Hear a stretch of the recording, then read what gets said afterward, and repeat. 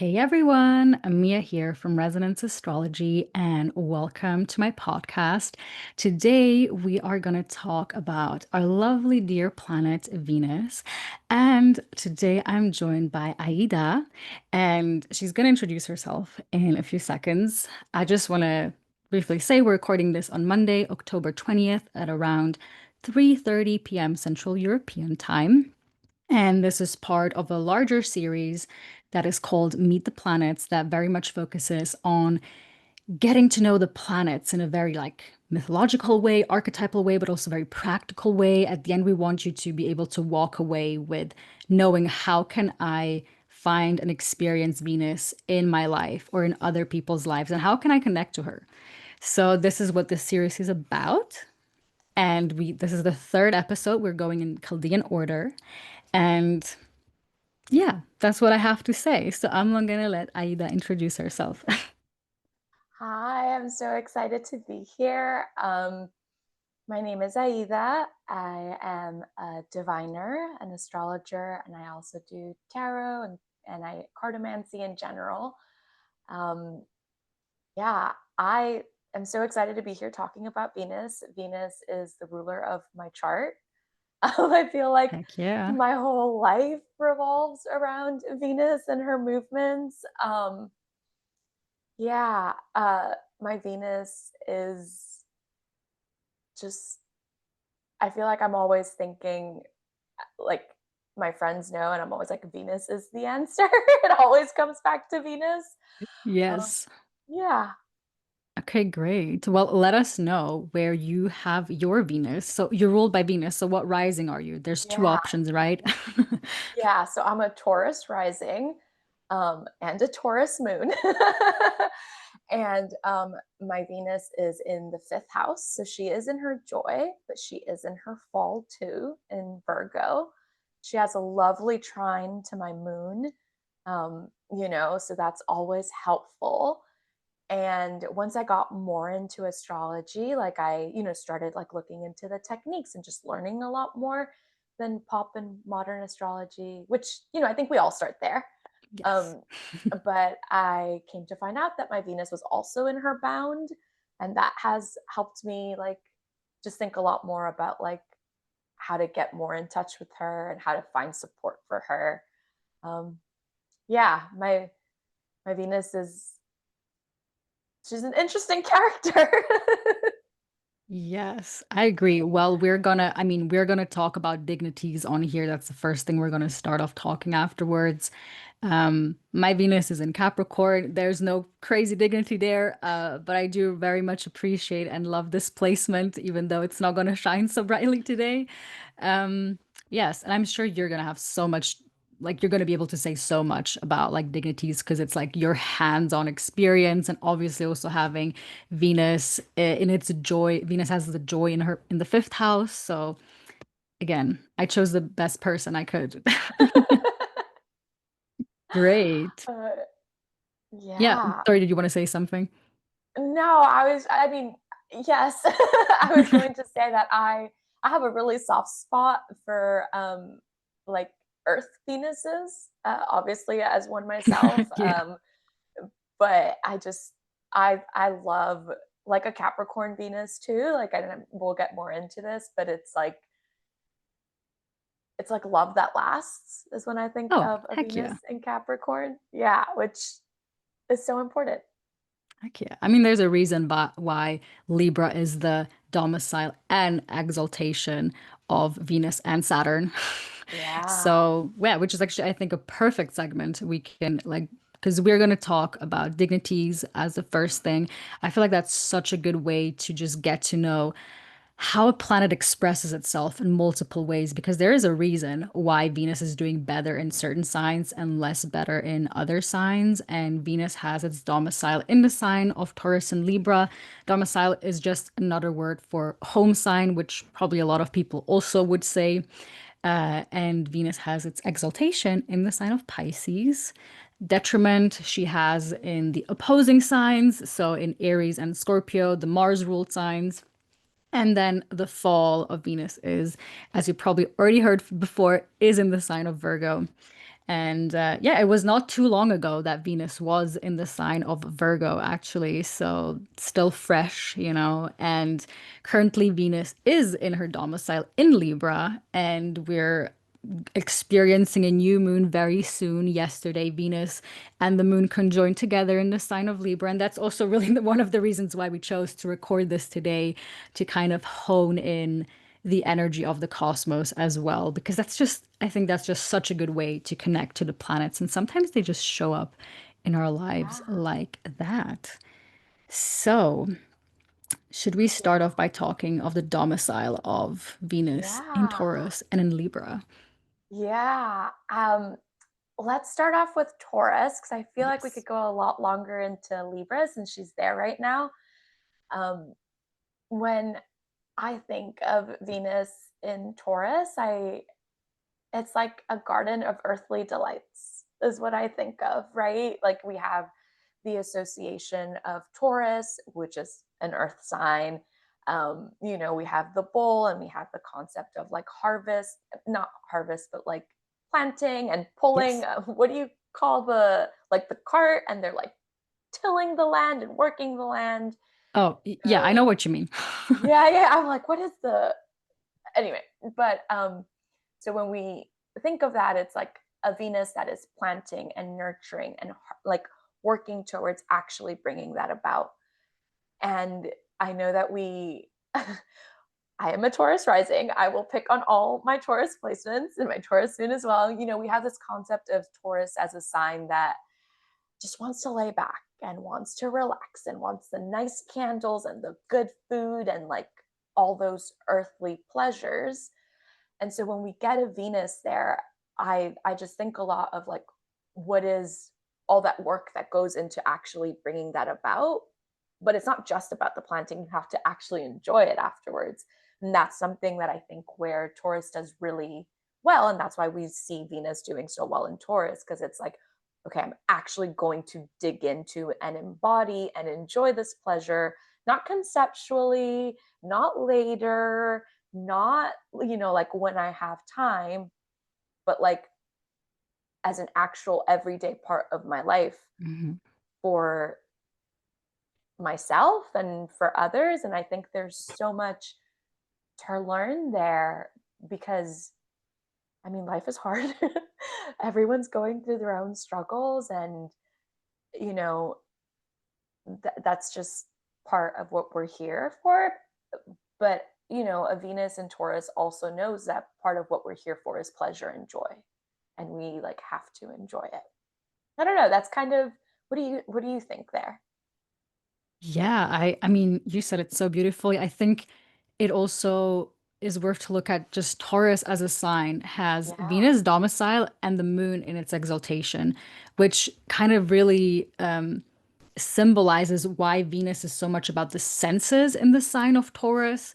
It is also an earth sign, of course, but the moon representing like the environment and the body. It's really about the pleasure of the body. And also why oftentimes Taurus gets like the stereotype of like, oh, food, eating food. But that is one of the pleasures in life.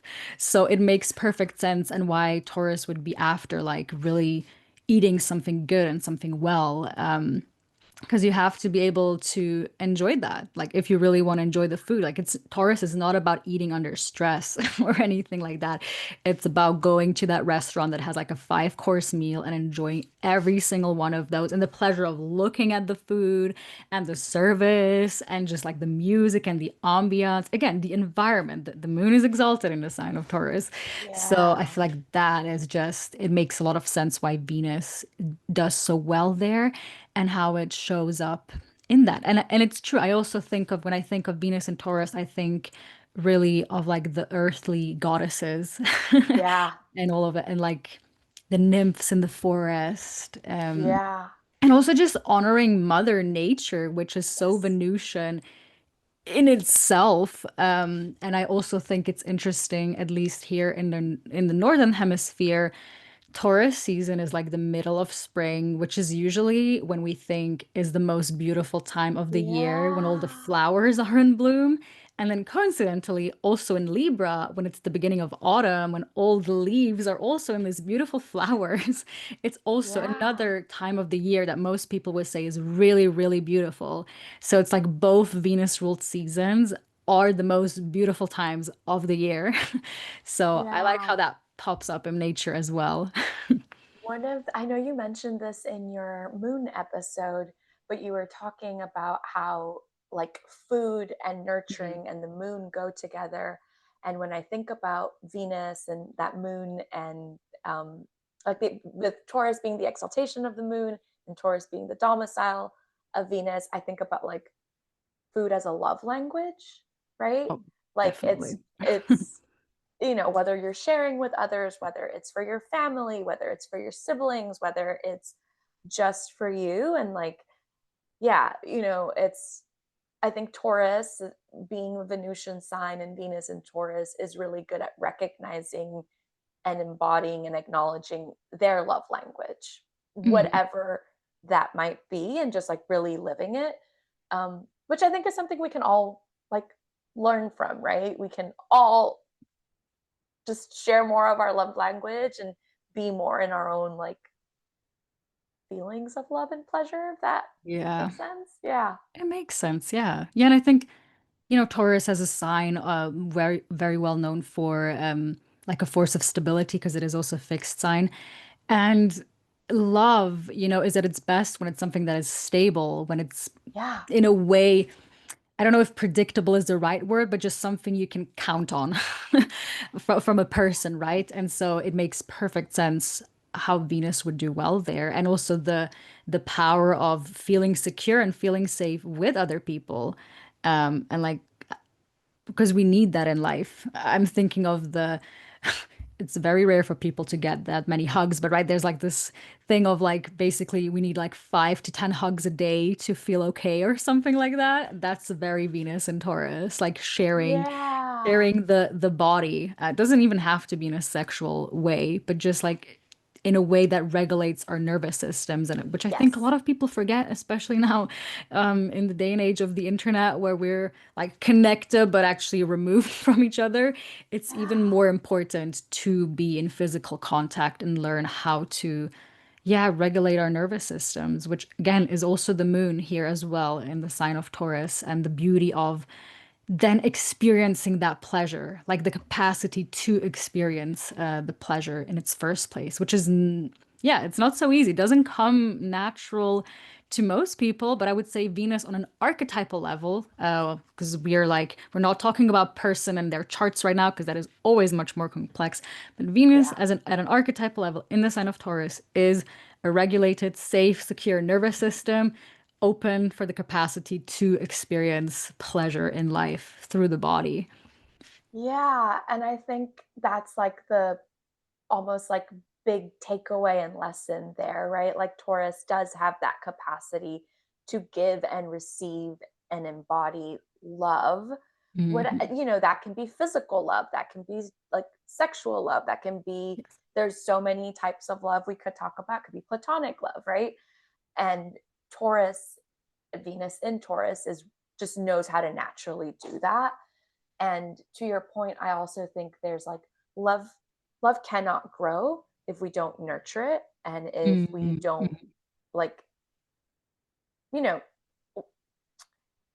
we can't promise anyone I will love you forever. Like we can have that intention, but you can create a fertile ground for love to grow. And that's just about like, are you coming back to it? Are you nurturing it? Are you watering it? Are you minding it so that it can bloom, like those beautiful flowers that you were talking about? Yes. So yeah, I love what you said about Venus and Taurus as the capacity, right? It has very much to do with that.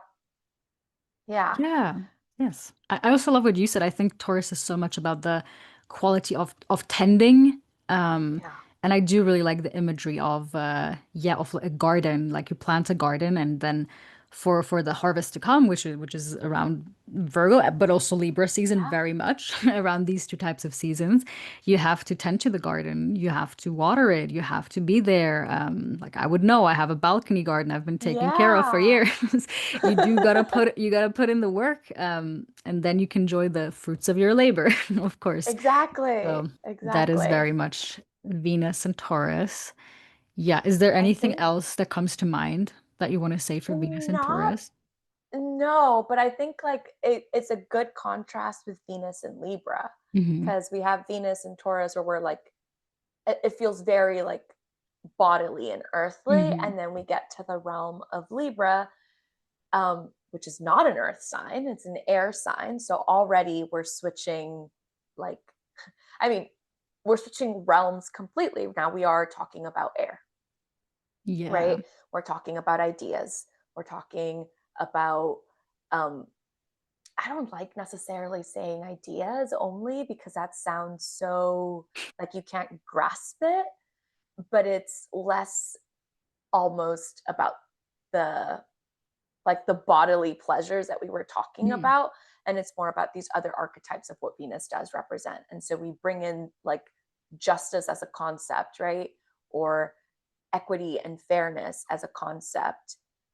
We also bring in art, right? Where art can be physical, but it's also more about like this aesthetic and the curation of a vibe. And we Mhm. know Libras can curate a vibe.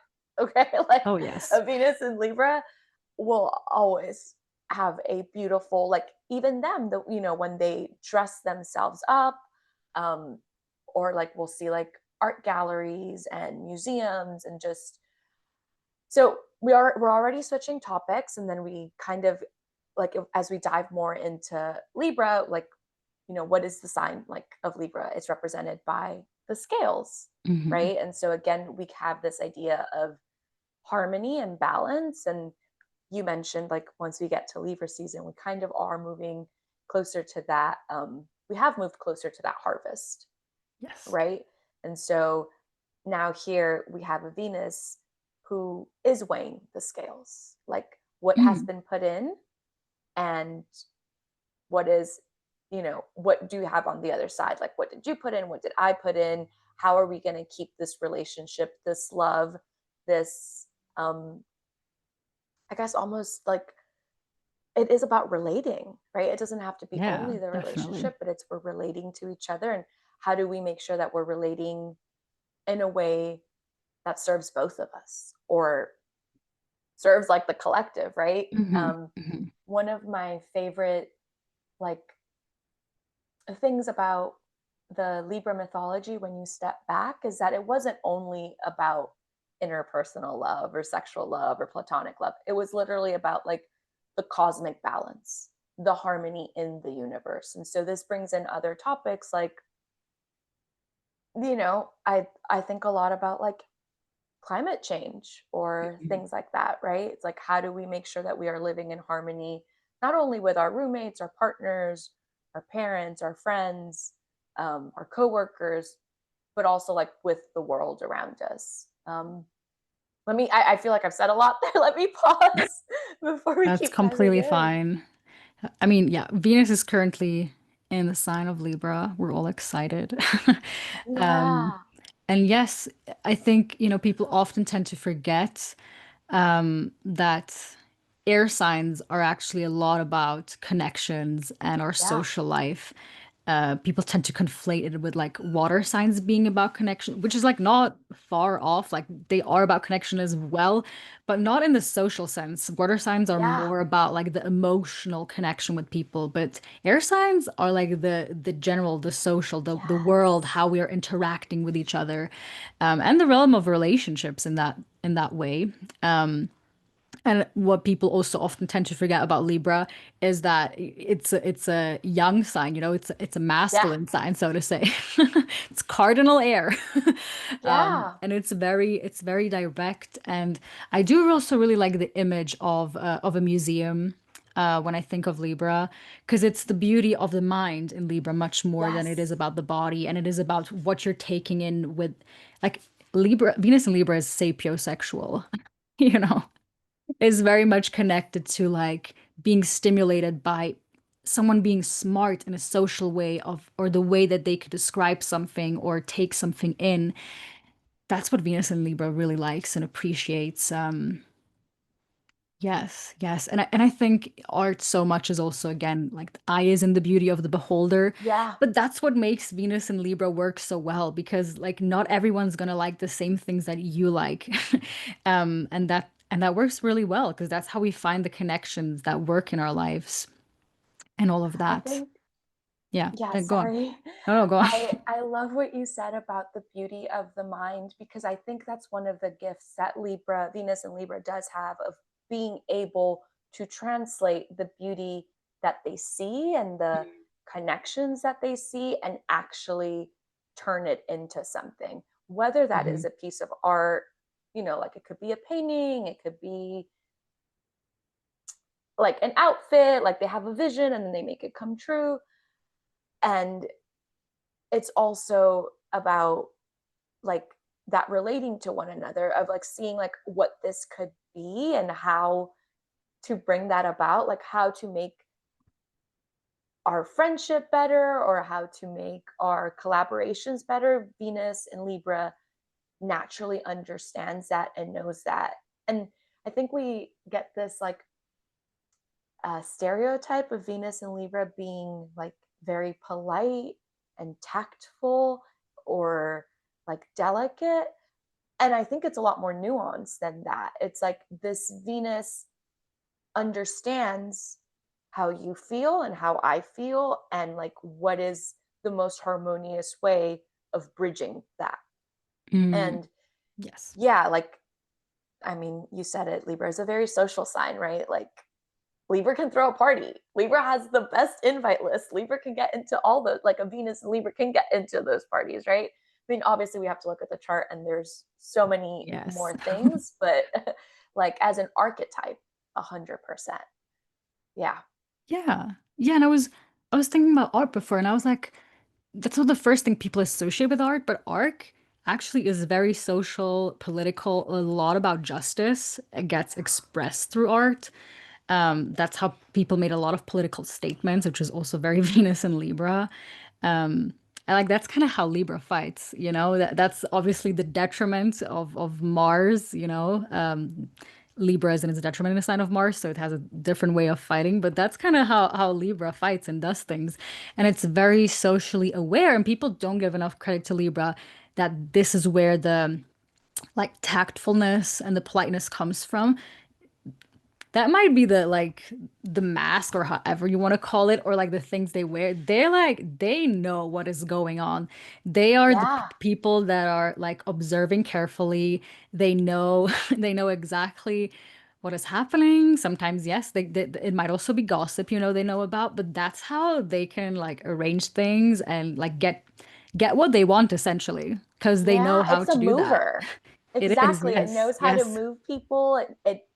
And I don't mean that in a manipulative way. I mean that like in an yeah, yeah. inspiring way. Like a Venus and Libra can see like what is motivating you and where you're trying to go and what you're trying to do, and knows that in themselves and in the group and can bring that about. And you are 100% right. Like there is a reason why like authoritative regimes in history and nowadays, like the first thing they go after are artists, right? And how you try to shut that down, or even just like news or reporters, lawyers, like all of these things that Libra can represent and can be active there, because we're talking about justice, we're talking about how we relate to one another. Like, a Libra and Venus can be revolutionary.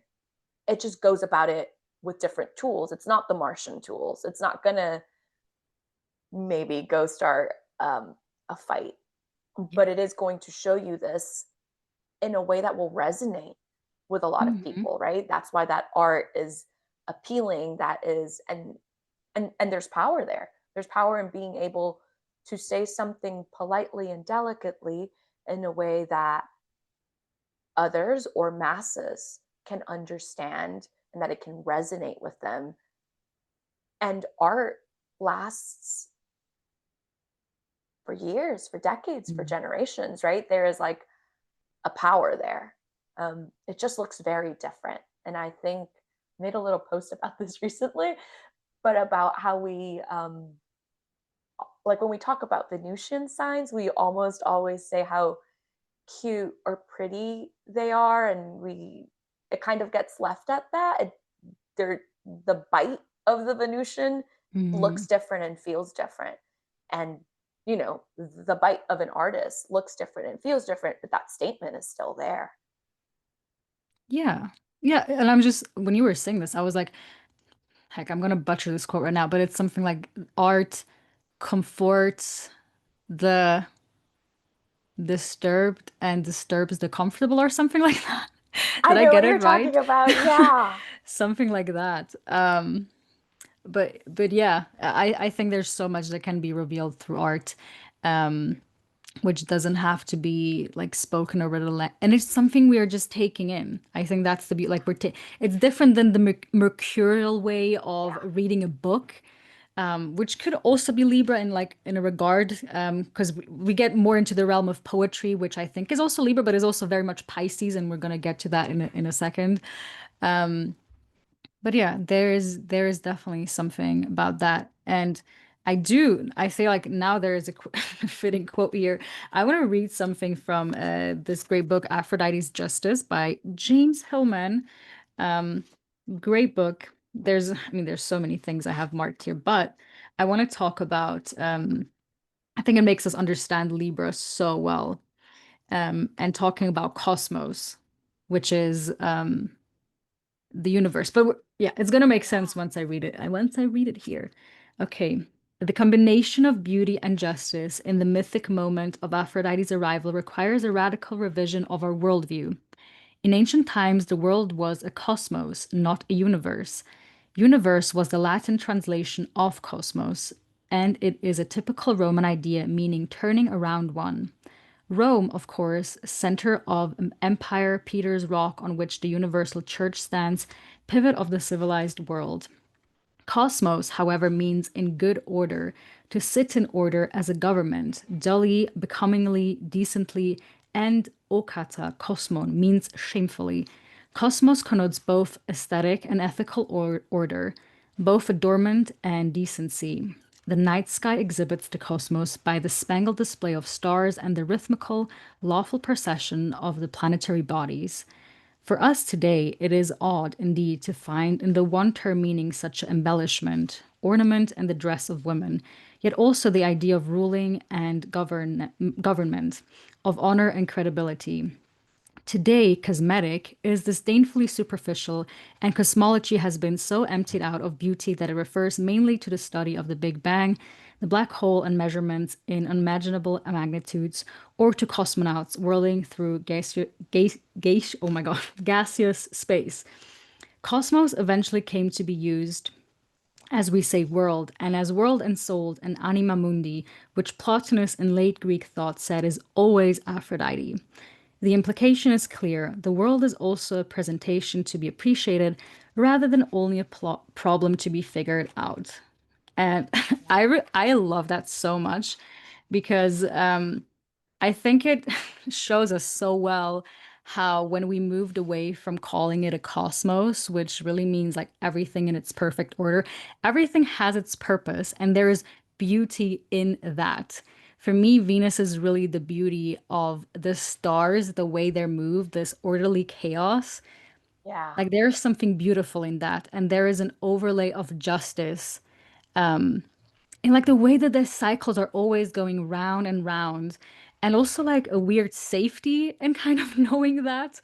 So, There's a yes, harmony, right? There's yes, like a exactly. harmony in the cosmos. Hmm. And, I think of it, we were talking about your garden and the garden earlier. Yeah. Um, you know, like anything can set it off. And it's there, there every little bug is helping something or somebody is eating it, and it contributes to, like our own food and our own cycles. There is this inherent cosmic harmony that Libra represents, that underlies all of our relationships. And I think when we talk about relationships nowadays, we only think about human to human relationships. Mhm. There's like been this animistic perspective that's been removed, but like I am in relationship with my plant, right?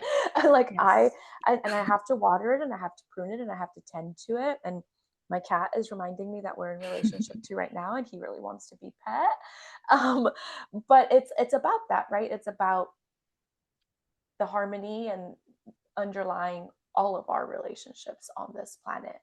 And I think that quote that you said is so deep, and we could probably spend the whole time talking about it. Oh, But I'll totally. just say one more little thing about that quote.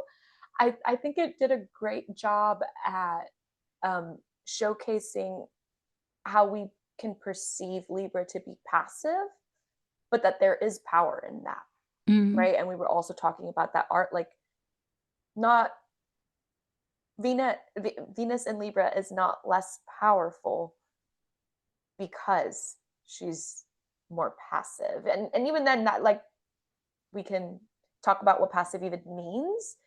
But in this case, I would just say not martial is what we're talking about. Yeah. Yeah. And again, Libra is still a cardinal Yes, masculine sign. It's still very direct and just in a exactly. different way. It makes statements in a different way. Yes, There's a lot of um, people in the government that, that have placements in yeah, Libra, a lot of lawyers that have placements in yes, Libra. That is very direct, that's very like fighting for justice, but in a different way. In a different yes, way. exactly. Law and And you order, know, Venus yes. has a sword, right? Like Venus Hmm. does have a sword, or like the representations of Venus, if we think of like just how she's been depicted in art and stuff, and like what her connotations are. There is a sword, and that sword, and maybe we'll go into Saturn next. Like, you know, Libra as like we have to remember that Libra is the exaltation of Saturn, and Yes, so it's 100%. important to be able to say, hey, this is not fair and this cannot continue, or this should not continue. And that's what Venus does. And Venus does it really diplomatically. They're not going to like cuss you out and beat you up, but they're going to have this conversation with you. And I love what you brought in. You're like, you know, people in government and lawyers have a lot of Libra placements, and it's because we need to be able to balance what is fair here, and how can both parties be like, can justice exist for both parties? How can both parties leave this with like a fair, equitable outcome? Yeah. And that requires difficult decisions, and that it requires being direct. And so, yeah, you're right. Yeah. Yeah. And like the objectivity of Libra. Yes. I really, I don't, when I say this, I don't mean this in a downgrading way, but like Libra is the only object in the zodiac sign. Like everything else is symbolized archetypally through something else. Um, but like in a very respectful way, this is why Venus does so well, like in courtrooms and all of that, because it has that objective outlook on Yes. certain things. And again, that is beautifully. That's why there's like this beautiful order, and like an acceptance of that, like finding solace in the beauty that everything kind of has its purpose. And also in the grander scheme, and maybe that is also tapping into the realm of Pisces here already a bit, but trusting that there is a justice constantly going on above, even if it probably doesn't seem that way, with many things respectfully going on in the world right now. But there is, I think the guru of my parents said something along the lines of everything is always written exactly as it is in the fabric of the universe, to put it that way, which means like even if we people are complicated and weird and there's so many misunderstandings and blah blah blah, the universe or God or cosmos or whatever you want to call that higher power, there is something that is evidently clear that it knows. Like, because maybe even you don't know your subconscious so well, but that force knows it. And everything will always kind of be like documented in that way. How that will prevail, gosh, I wish I would know. But I feel like but I feel like that's the beauty of Venus is like also not fully knowing anything. And maybe that is actually the perfect segment to tap into Pisces, because that is, Pisces is like Jupiter and Venus, both benefic planets doing extremely well here. Yeah. And there is a lot of faith in the beauty that is required here.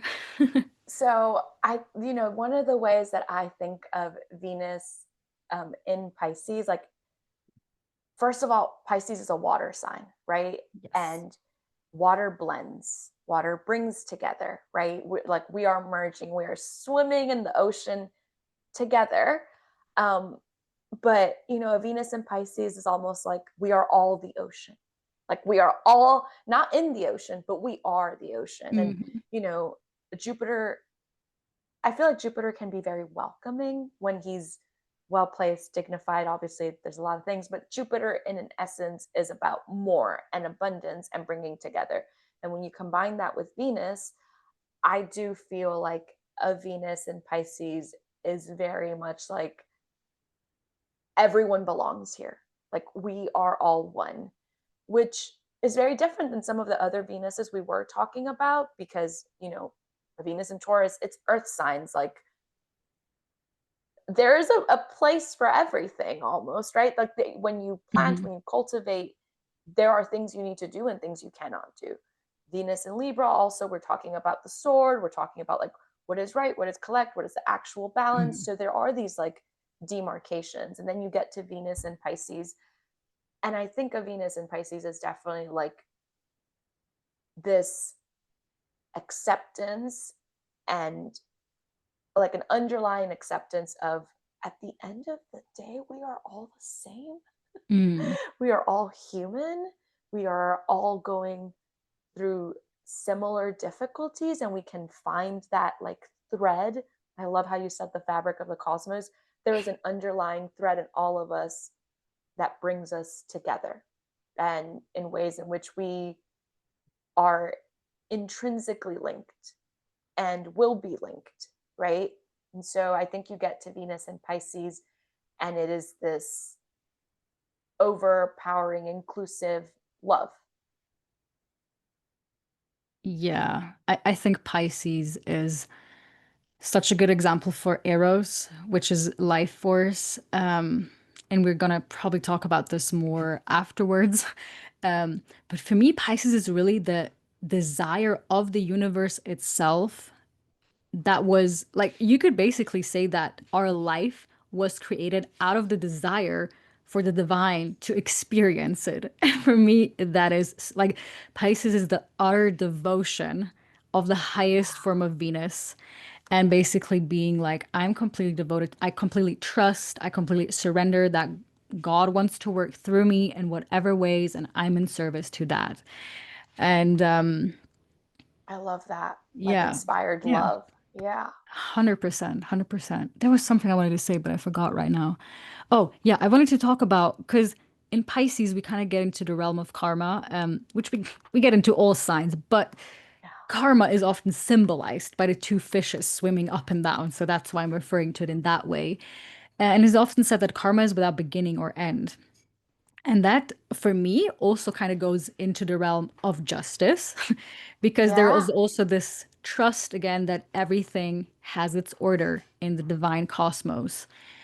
And we might not know it at that moment.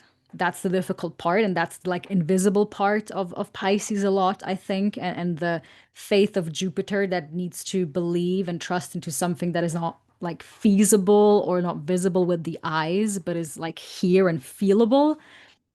Um, yeah, I think that just explains Pisces a lot in a way, but also the overwhelm, of course, of that. That is like Oh, yeah. once you tap into that of like being connected, that can be very painful because you like feel the grief of the world and like the horrible things that are happening. That's quite a lot when you're like, damn, I'm also connected to Yeah. that. Yeah. Yeah. 100%. I one of the things that I often think about is how planets in exaltation, so Venus in Pisces and planets in fall, Venus in Virgo, usually end up like disappointed in the same way.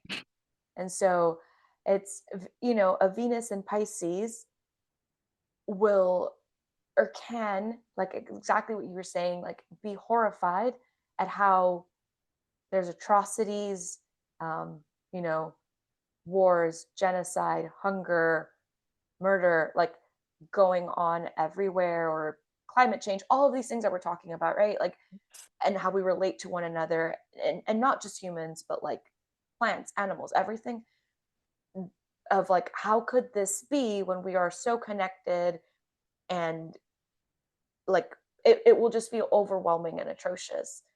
And so at the same time, then you get to like Venus and Virgo, and the Venus and Virgo is a different kind of, we'll talk about that. I guess this Yeah. might be that segue, but a Venus and Virgo will turn around and be like, that's impossible to do anyway. And so we are aspiring to something that is impossible. And they almost get jaded, because we all get jaded. It will Mhm. happen every now and then. We'll be disappointed. We all lose hope for a little bit, in the same way of like, how could that happen? Venus and Pisces is coming from a, it shouldn't be like that. And Venus and Virgo is coming from, it was never going to be like that Mm. anyway. But they share this understanding. And I think this is an interesting relationship between exalted planets and planets in fall, where a planet in fall can see, or like that placement can understand how it should be and how things ideally would be. Um, and rejects it in a way, and is like, because that is impossible, I'm going to do this in this other way. And so then we get into how planets in fall act weird, and like a Venus in Yeah. Virgo can be weird, right? I've heard folks talk about Venus in Virgo as awkward, um, and I kind of relate to that as a Venus in Virgo, but it's more of like, I'm always aware of how everything that is wrong, like, I'm gonna, so for folks that are tuning in and did not see our, how when we were getting together to talk, I was like 10 to 15 minutes late. The reason I was 10 to 15 minutes late is because my eyeliner was not um, level. And so I had to redo it like 10 times.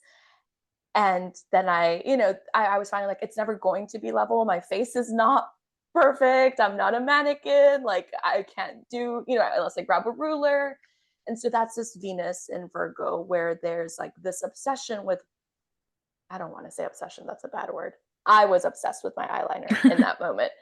Um, but there's this like consumption on the details on how is it, it's not perfect. How are we actually Mhm. going to get there?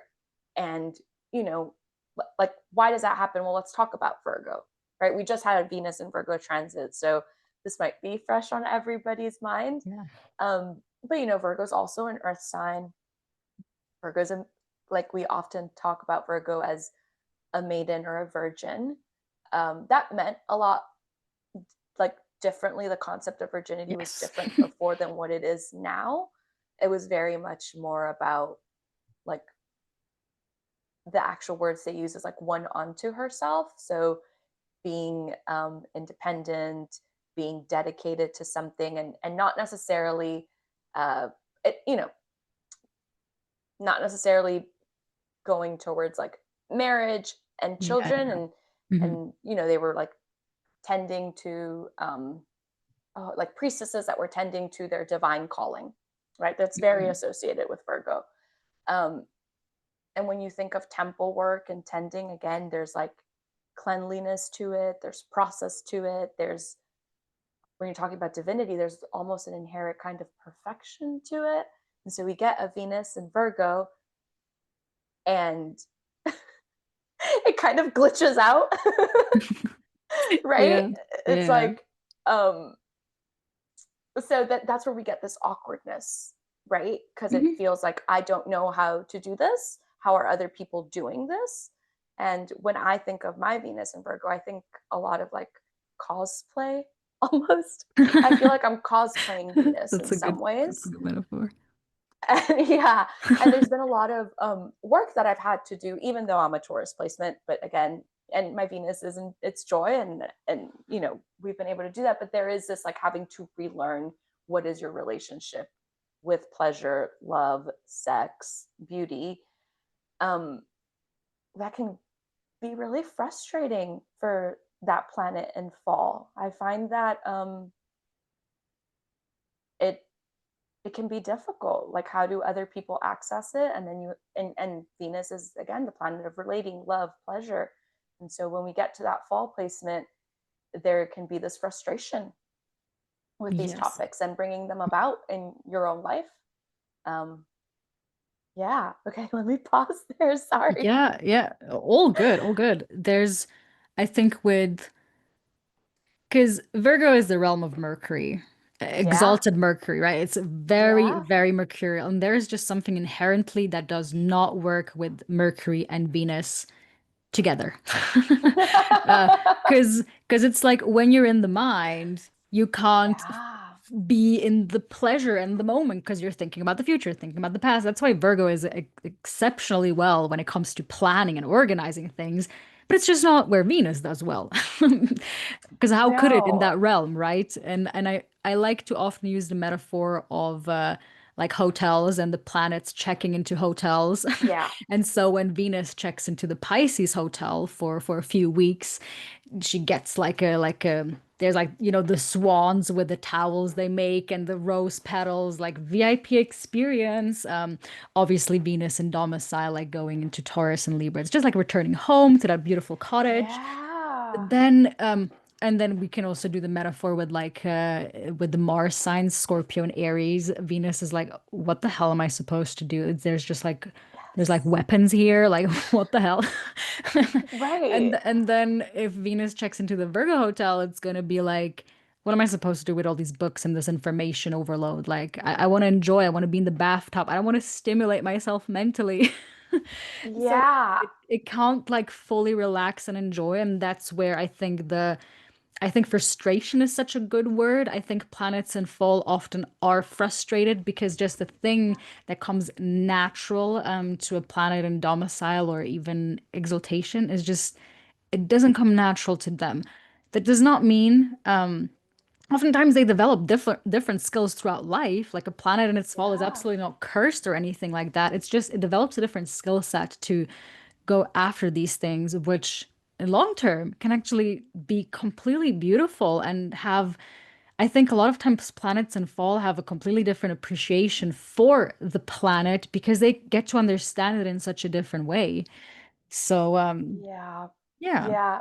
I think, like, if I think of a Venus in Virgo, like, maybe that would be a great party planner. But Hmm. if they're planning the party and attending the party, like, they're going to be overwhelmed during the party with the planning of it. It's like, It's attention, yeah. it's like the anxiety of the mind and the embodiment of it, and being in the moment, being rooted, grounded. Like, we get a Venus in Taurus that is in the moment, that can accept and has that capacity for pleasure, Hmm. is very different. That Venus in Virgo is it's like thinking about how it's going to get there, and it doesn't realize almost that it's about doing it and being in it. Hmm. And, like, I mean, I'm laughing at myself. I'm like, yep, I know all of this. I can And it imagine, doesn't make yeah. it easier. But I do think one of the my teacher, Sam Reynolds, one of the things that he was always reminding us of is the planet in um, that planet has to remember those other lessons, right? So if you are someone like me with a Venus in Virgo, that can be very quick to, like, jump to, oh, that'll never work out, or that it's not perfect, nothing is perfect, and it has these feelings about love or pleasure, like, yeah, nothing is perfect. Venus and Mhm. Pisces also knows that, and yet there is room for pleasure and love and joy, and accepting that you know it's not always going to be perfect. I also think Venus and Virgos, like the myths, because they're also associated with, like, Mhm. Virgo is associated with virginity, and um, there's, like, that overlap. I think we find a lot, or we can find Venus and Virgos that have experienced slut shaming in their life. That's like a common theme that I've seen pop up. Whether, I mean, when that happens, what happens afterwards, that's a whole other conversations, but that Mhm. experience can also be common. Or the experience, and this also happens with the detriment placement, like all detriment placements of Venus, but this sometimes like objectification. I mean, this can happen to all Mm, Venusians, right? Where you feel yeah. objectified, or sometimes you objectify yourself. And so that's, we're getting kind of into like maybe a darker side of how you can experience your Venus, but it still happens, especially Yes. when we're talking about Venus in fall. Yes. Yeah, I think although maybe we can talk about that later because I feel like a lot of what I want to say ties a bit into the myth and the story of Yeah. um like Persephone, which is a very Venus retrograde. So I think I'm gonna say what I want to say afterwards. But let's before we like go into all of that, let's also talk a bit more about Venus and detriment because we haven't talked about Yeah. that so much. And Venus's detriment in its opposing signs, of the Martian signs, so Aries and Scorpio. And I think they're always and vice versa, right? The Venus is in detriment in Scorpio and in Aries, so Yeah. Yeah. Yeah. they're like that. And I think that tension is interesting because in like mythology, they are lovers technically. So there is Yeah. always something, and even in natal charts, having Venus Mars conjunctions or having them interplay, there is so much about like an attraction there, a curiosity there between both of these signs. So even while they are in detriment, I feel like there's always some sort of attraction between these two. Yes, that's just what I want to say initially, but let's now get Yeah. into the detriment. I I mean, to go back to the example that you gave around the hotel, Mhm. a Venus in Aries or a Venus in Scorpio. Well, let's, they're different signs. So maybe let's start with Aries. Okay, yeah. Yeah. It's a day sign, it's diurnal, it's fire sign. Mhm. It's ruled by Mars. Um, it's cardinal, and Venus is there, right? And if we like we spend a lot of time talking about Venus, so we know that it is a lover, right? And it's concerned with love and pleasure and sex and all of these good, yummy things. And then you stick her in like a war zone, right? And so, I mean, I have seen Venus in Aries placements, especially in day charts that are actually very associated with soldiers, um, and like military service. So that is something that comes up. But I think the other part that comes up is almost like these are placements that are very excited about something they love, or they can be very like they want to go after it, right? Mm, mhm. And you can't force love and you can't force Yes. pleasure.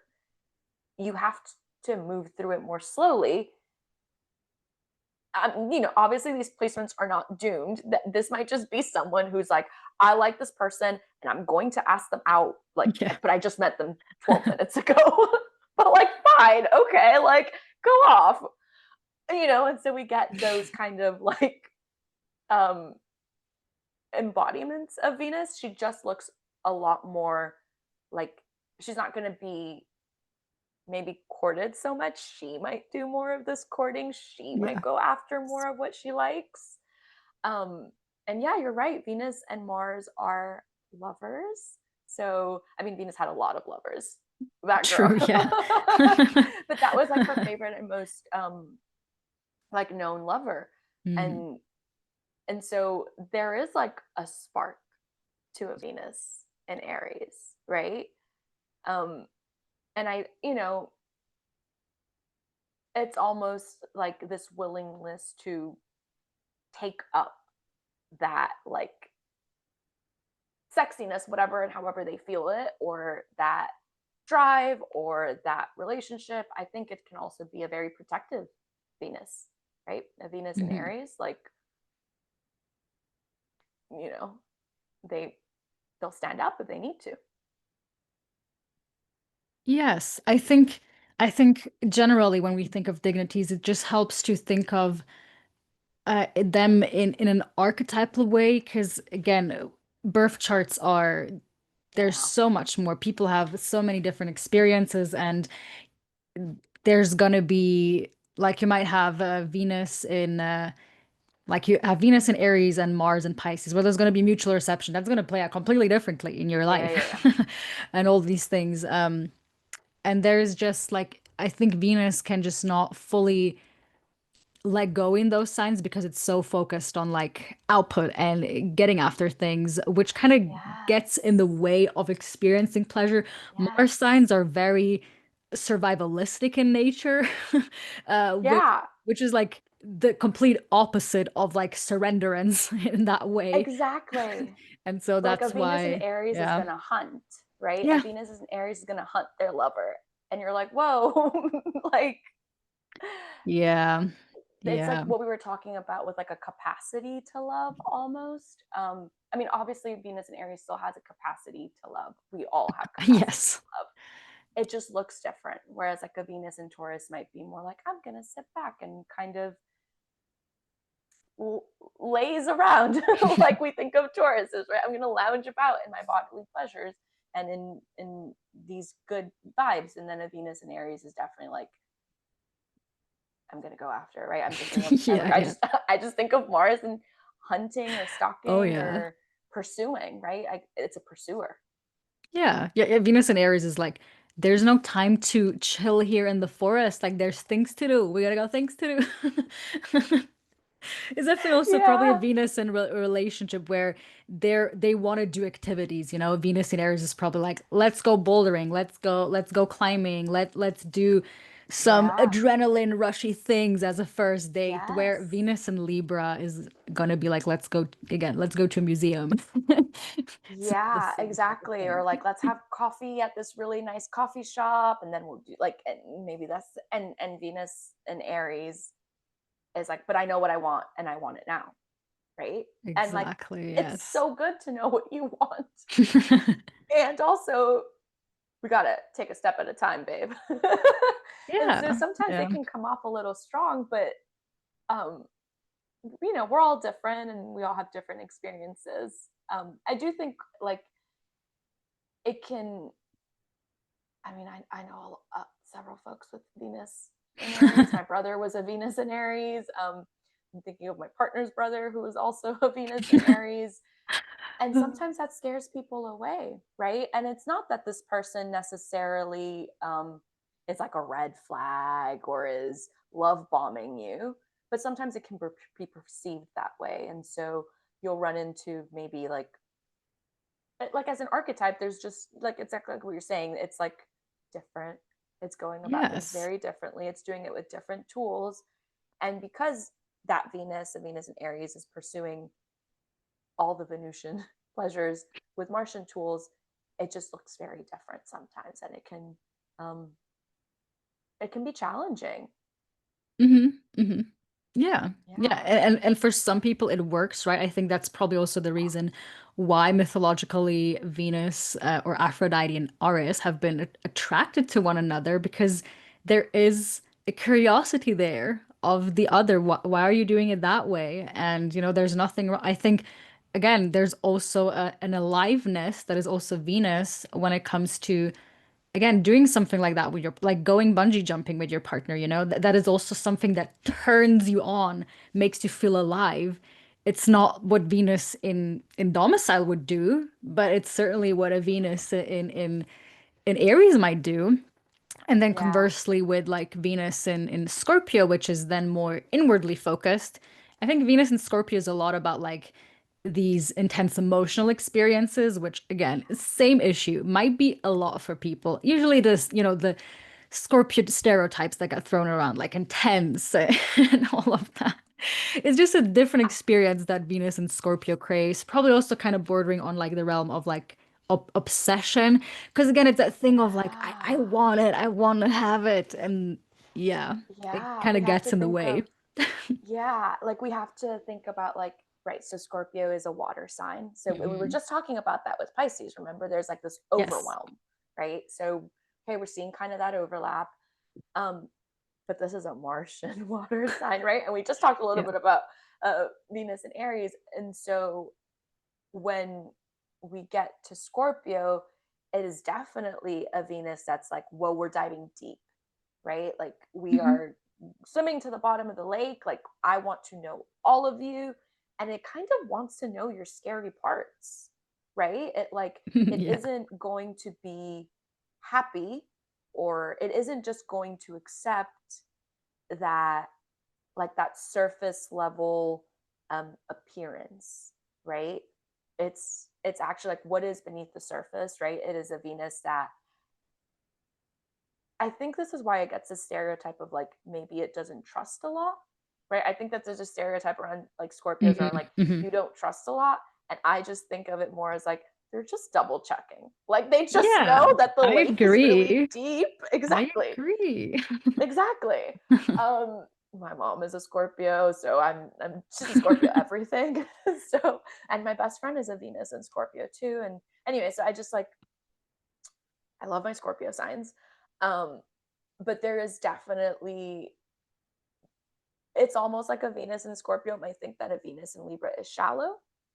Um, Not that Hmm. that's the case at all, but that is how they might perceive it, right? And so we get this idea of this Venus who is just like, and Venus in Aries, this is a Venus that's going really fast. It's like, we're going to do this thing. And then a Venus in Scorpio is like, what else is under there? Let's see. What are Yes. you hiding? How are we actually going to relate? And like, is that compatible in this deeper way? I think it can be difficult because it takes time to build that, right? Mm-hmm. It takes time to get to know somebody like that. And you also have to be careful with things like, just only relating over like traumatic experiences. Mm. Um, there is more to love than just that. Although, obviously, if we, like to continue with the Martian like talk, but obviously, like if you were in the trenches with somebody, there is a relationship there that Yes. cannot um, ever be replaced, or that not a lot of other people will understand. Hmm. And also, not all love has to be in the trenches, right? I agree. and and there's Yes. room for pleasure, surface level pleasure as well. Like, yes, let's dive deep and really get to know each other and like explore each other's like secrets, and also let's go for ice cream. Yeah. Yeah. Again, I think it's just this Martian theme, and Scorpio is Yeah, very Martian and has the moon and its fall there. There's like no exaltation in the sign of Scorpio, interestingly enough. So it is very much concerned about like the more painful things in life, the more painful experience. I think Scorpio and Taurus are like pain and pleasure, the pole opposites, can both learn a lot from each other in that way. But yes, this is why Venus and Scorpio just doesn't do so well there, because it feels the need to, like, we can only connect if we undergo this like life-changing crazy experience together. And yeah, all of that, which again exactly. is not wrong per se. It just sometimes can forget that, hey, love also exists out of survival mode.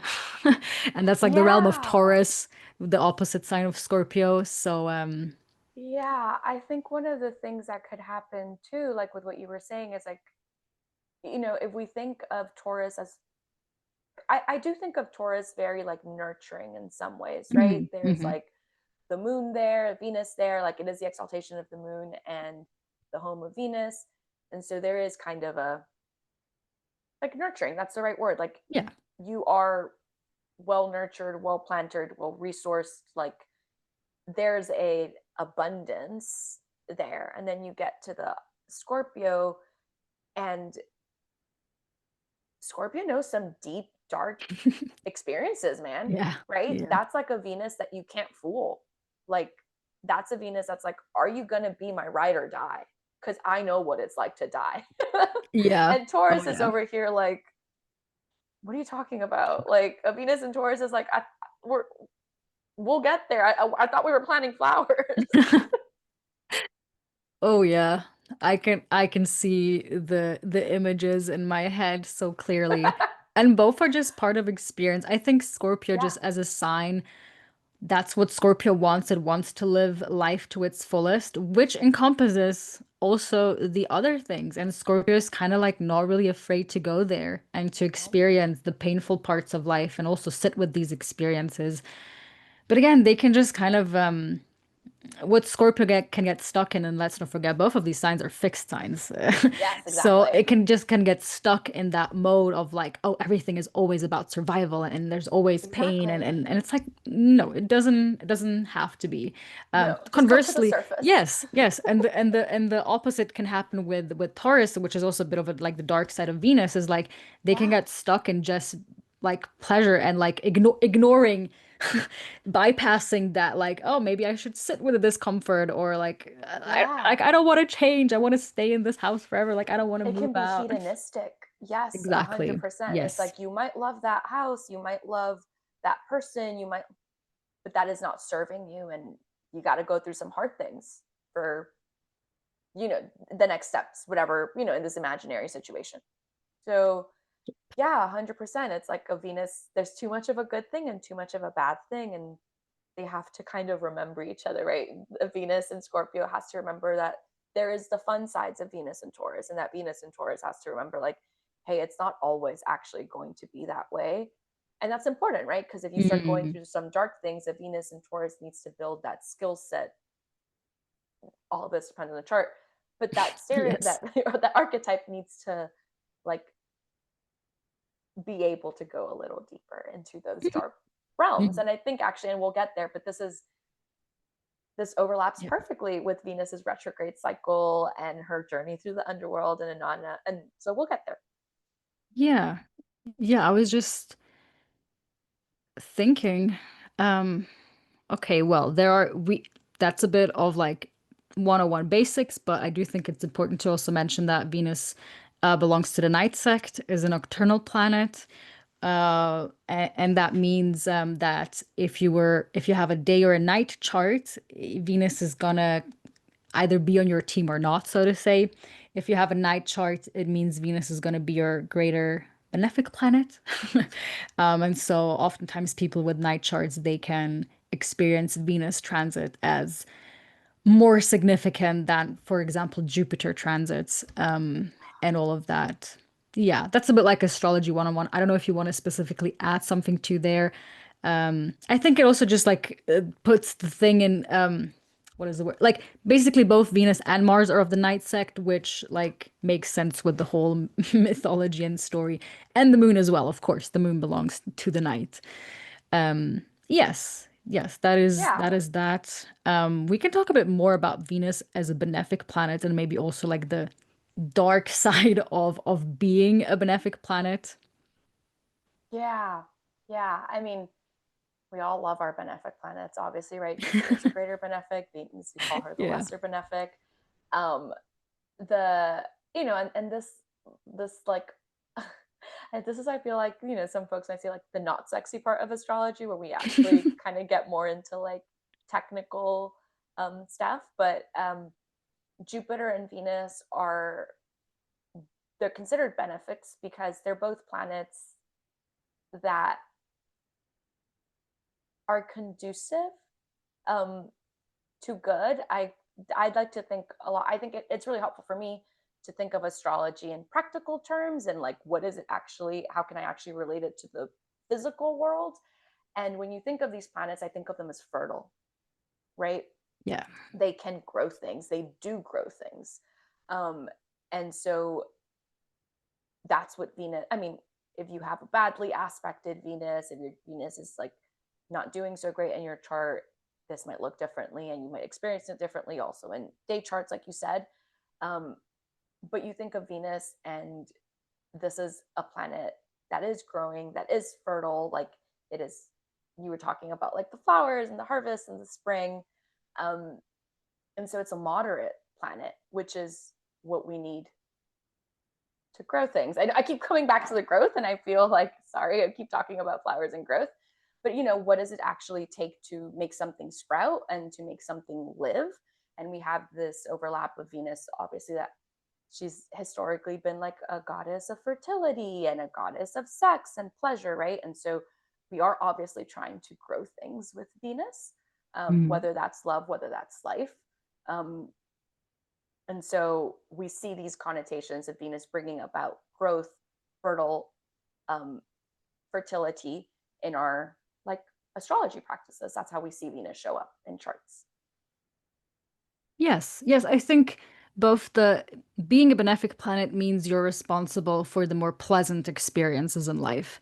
And I really like to use these words more than saying positive or negative because that's Yeah. filled with so much judgment.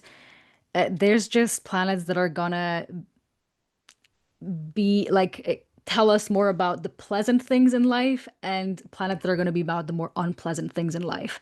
And the unpleasant things in life are Saturn and Mars, while Yeah. Venus and Jupiter are the more pleasant experiences in life. And both of them, again, in the cosmos where everything has its place and order and has its purpose, both experiences serve their purpose in whatever way, and there is always a season for one thing or for the other thing.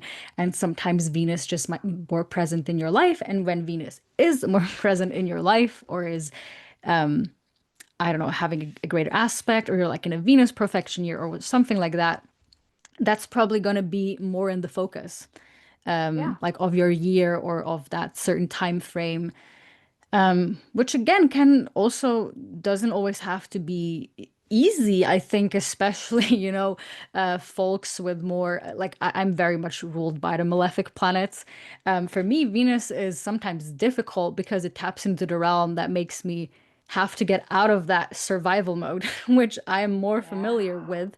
And that is also kind of hard and overwhelming if you want to do it first. And I often think of the capacity to experience pain is equally the capacity to experience pleasure. Yeah. And that is sometimes hard to like shift the gear towards like, ooh, okay, now I gotta also open myself up to the capacity to experience pleasure. That is not as easy as it looks. And I think that is Venus. And like also the it pokes at our self-worth a lot because Venus is kind of the force of love that is like unconditional and just is. That is not always easy to tap into or feel or be No. like, yes, I can also experience, like I can be that unconditional love as well, for sure. I think in my experiences when Venus was a lot present, I think that was like around the years where like Jupiter was in Pisces and Venus was, and like Neptune also still kind of right now in Pisces. Like we had that agglomeration of Pisces planets. That was when I really delved into wanting to be a completely devotional person. And I shifted from like, I don't want to experience love. I want to be love. Like I want to be that. Yes. And yeah, that is nice. Doesn't mean it's always pleasant. It's also overwhelming a lot of times, to be completely honest. Yeah. Yeah. And I think that also like ties in with some of like what we were talking about where Venus experiences difficulties. Mhm. And this will like look different obviously on everyone's placement and on their aspects and just their whole chart. But having a relationship with Venus is difficult. It can't be. It doesn't necessarily come naturally to all of us. And I think we live in this day and age where, you know, as, like this obviously depends too, but where we have these beauty standards that are Mhm. like thrown at us and that we're all expected to live up to. And sometimes we do that to ourselves, whether we're objectifying ourselves or we're like comparing ourselves. And Venus is actually, yes, she's about like what things are pretty and like aesthetics and stuff. But if we go back to what we were talking about from this cosmic perspective, from this harmonious perspective, it's not necessarily about the lipstick you're wearing Mhm. or worrying about. Mhm.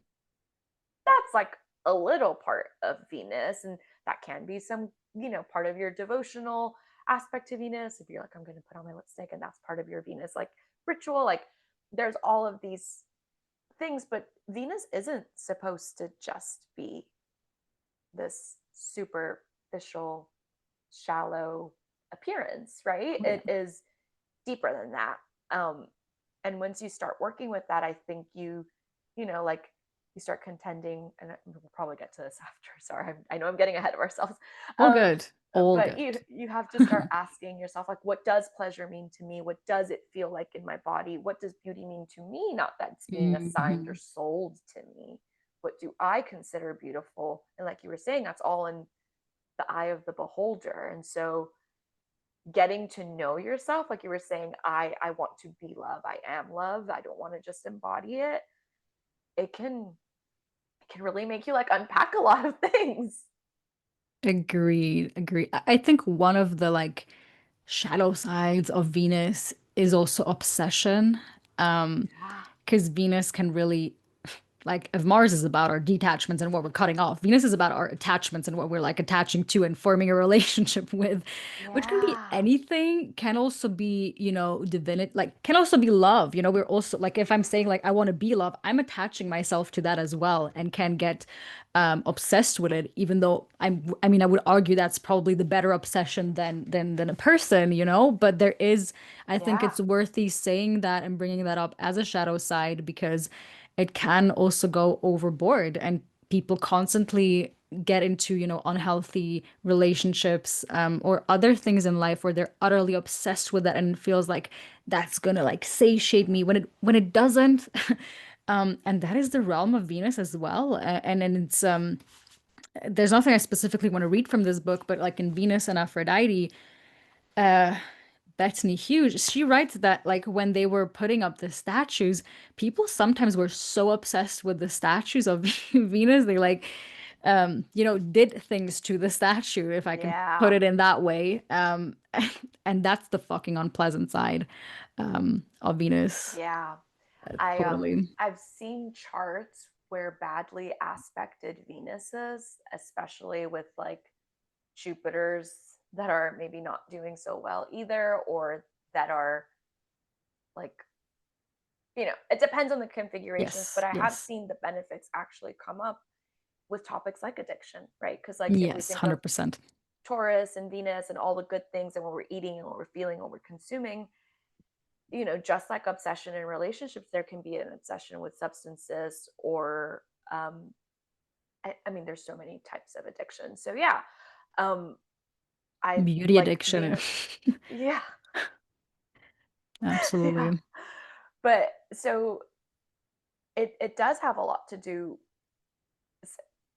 with it's not necessarily always good, I guess. There are shadow sides to Venus.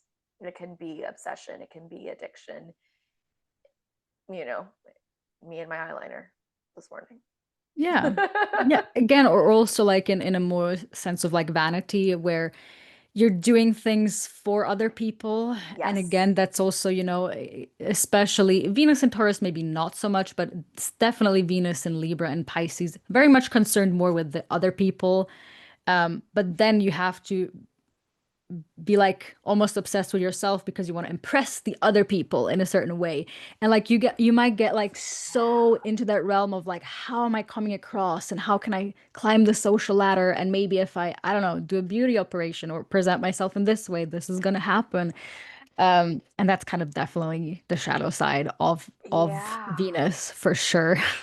Yeah. I mean, Kim Kardashian is huge here in the US. I think also Yeah. probably everyone knows her I name, mean, right? yeah. Yeah. But she's a Venus in Virgo, right? In the 10th house angular. And we have True. seen Hmm. how her whole career and everything has redefined beauty standards, and maybe in ways that aren't super, they're not attainable. Mm. And so we see that Virgo, that Venus in fall, we see that shadow side of Venus. Like there are a lot of ways in which Venus can show up, and perhaps it looks very different, and it depends on your chart. But there are Mhm. shadow sides to Venus, 100%.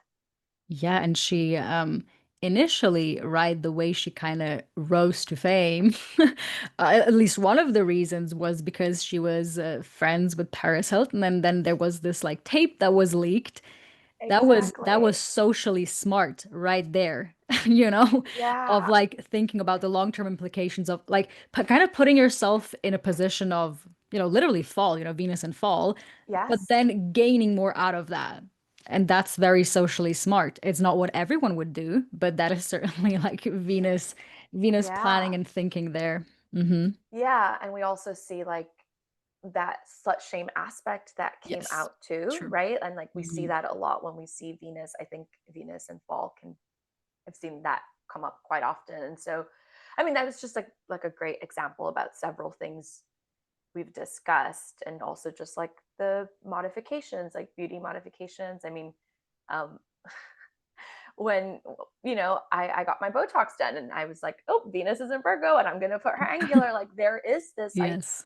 this like obsession with perfection, right? Hmm. When you have, for example, a Venus in Virgo, which it is in fall, or it can be like a Venus that is not doing so well. It just, things start to look different, and start to move away from like what we were talking about so much as like cosmic harmony, and like they, that Venus in Virgo is just very perfectionist. Yes. Yeah. And like when you brought that up, I was just thinking about Venus and the Mars signs and Aries and Scorpio. And I'm like, that's body mods as well, by probably getting Yes. piercings, getting tattoos, literally Yes, a also hundred hurting percent. your body, Yes. stabbing your body. Very Martian. For beauty, for Yeah. aesthetics. For beauty, for I aesthetics. do Yeah. I do aerials. So I do trapeze. I mean, Hmm. my Venus and my Mars are actually very close.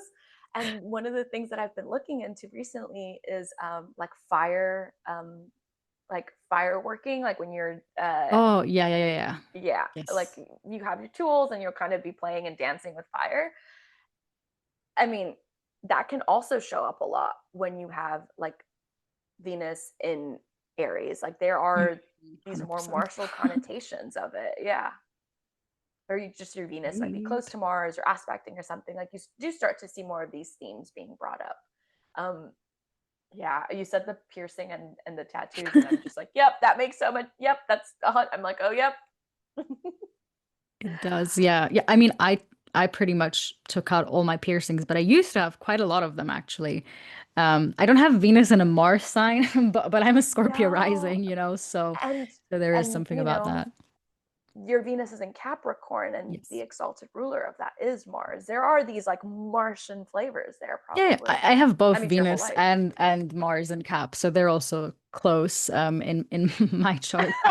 Uh, so yeah, but I do feel good that I could remove the piercings. Yeah. You're probably not going to see that here, not very well, but my ears used to be, you can kind of see it. My earlobes Oh, used to like be gauged. stretched. Yes. Yeah. It luckily it like closed off pretty well, but like you can kind of still see that the hole is, gosh, I feel Yeah. so dumb saying it that way, but the hole is still like Yeah. kind Yeah. of Yeah. open, and all of that. But yeah, there was a time in my life that I was very much upset. Like I probably would have gotten a lot more body modifications, if it I'm glad I didn't. I'm glad I didn't because I kind of changed my mind on a lot of these things. But yeah, and I have some tattoos, I mean, Yeah. this one here, but also on other parts of my body. And that is sure like Venus in a Martian ruled realm, like Yeah. stabbing A yourself with hundred needles. percent for beauty, right? Exactly. Yep. For this beautiful piece of art that you now have, that you had to bleed for. Yeah, Yeah. exactly. And so, Exactly. like, Pain you and can also pleasure. see tattoo artists there, right? These Oh, great yes, tattoo artists. 100%. Yeah. Like I love I'm that. just thinking like a Venus and Aries at the MC, like that's a piercing person like doing piercings for a living, Yeah. A stabbing hundred people. percent. Yeah, that's great. I love that. Okay, I was thinking, well, we did talk a bit about the mythology, but there's probably more that can be said about Yeah. that. Do you have like a favorite one that you want to start with? Or I think Venus mythology is so interesting. I mean, Because Yeah. let's, There's a how lot was to she be born? said. There was a lot to be said. Yeah. I mean, one of my favorites is like the myth of Persephone, but we don't have to start off with that one. Yeah, let's start off with the birth of Venus for sure. Yeah, I mean, even from the birth of Venus, I think that we see that it that Venus can be difficult, or that it's not just Yeah. about love and pleasure, because it's telling, right? It's telling that how did Venus come about, right? And so she's said to be born from foam, but that foam comes from the fact that her father's testicles were chopped Yes. off, right? Yes. Saturn cut off Uranus' testicles and threw them, and they landed in the sea, and there was sea foam, and then the goddess of love and pleasure appeared there from like sexual violence. She was born Yeah. of sexual violence. Yeah. Yes.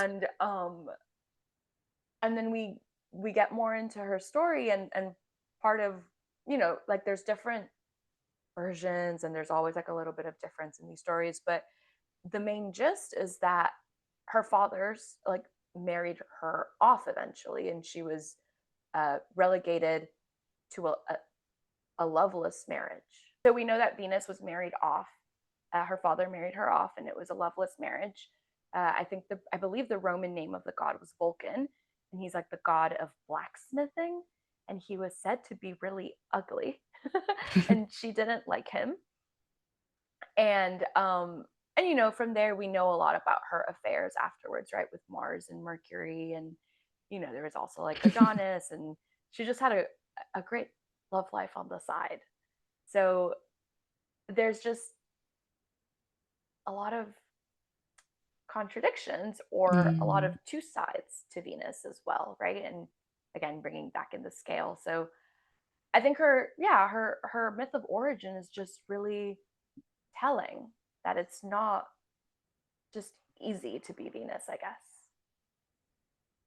I agree. There's a lot of contradiction to hold within Venus. She was also, in a way, she was also patron for all these people that were marginalized or that didn't fit into the Yes. boxes. She was definitely like kind of the patron saint for like all the prostitutes and all of Yeah. that for a long time, kind of still is today, which just kind of talks about like the difficulty of it all. And that is also a one way of experiencing Venus. It's just not, yeah. And I think it poses all these questions, which are sometimes a bit hard to hold. Or also like different ways we love people, Venus was also Venus was like totally LGBTQ plus community, Yeah. always has been. There's also I think later on Venus was also very much like I think there are depictions of Venus where she's like a trans person, So she Yeah. was also And always about like androgyny and like not fit and like yes. expressing yourself in all these ways that fit and make you you, but that are maybe difficult or not normative. Um, yes, but she was there to hold space for that, and is Yeah. here for to hold space for that. I one of the and that comes in really early too. Like, she's very associated, Venus is very associated with Inanna, an ancient Yes. Mesopotamian goddess, and later depictions of Inanna were non-binary and androgynous, and she had a whole cult of followers, and some of the priests were called the Gala, and they were specifically gender non-conforming, and so we see them Mhm. showing up as trans and non-binary um, practitioners and followers of Inanna. And so we do see these connotations of Venus definitely being not just like this beautiful femme, but this beautiful Yes. androgynous depiction, right? There is, and if Yes. we think about Yes. that also from the True. perspective of like Mhm. cosmic balance and harmony, beauty is so Mhm. different, right? And like, definitely she's like, I mean, I don't want to say like a patron saint, but she is definitely a patron of queer folk and gender non-conforming folk, and just like there is this expansiveness to Venus, Yes. way more than just like, I don't know, a lover girl socialite kind of thing. Yeah, I was just searching to find something that was in that book. And there's one thing she says in the book about Aphrodite. This was more than just a love goddess. Aphrodite is far more potently the incarnations of mixes, a pervasive catalyst that was believed to mix things up, that encouraged, sometimes forced, intimacy, connection, collaboration. Aphrodite is the goddess with a close eye on the human species.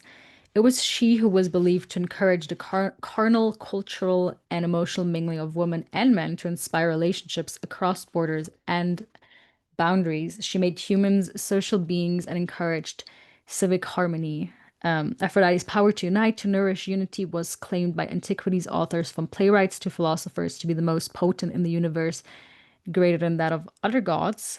And and then a bit later on, there's specifically she says like the very because there's a term hermaphrodite derives from the Yeah. Greek legend that the union of Aphrodite and the god Hermes, Mercury and Venus. It's Yeah. interesting when we look at the retrograde story because they always kind of interjoin there, resulted Yeah. in a beautiful child who was merged with a nymph to become a deity with both female and male sexual characteristics.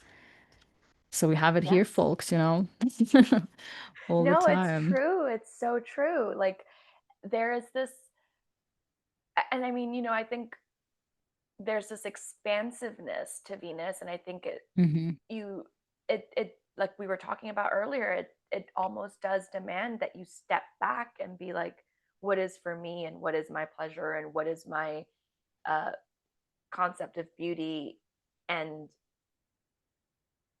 that looks very different than kind of just assuming the trend, or like what you were saying, when you start like looking at yourself, well, this is how I need to dress for other people, or this is how I need to Hmm. act for other people. Venus isn't necessarily about that. She's like, especially when you're building your relationship with her and trying to figure that out for yourself, it's like, what is true for me? And I love that I love that myth, because I do think that we all have masculine and feminine Hmm. inside of us. And I mean, I'm not to get into like divine masculine or divine feminine or anything. We all have that inside of yeah, Yeah. sorry.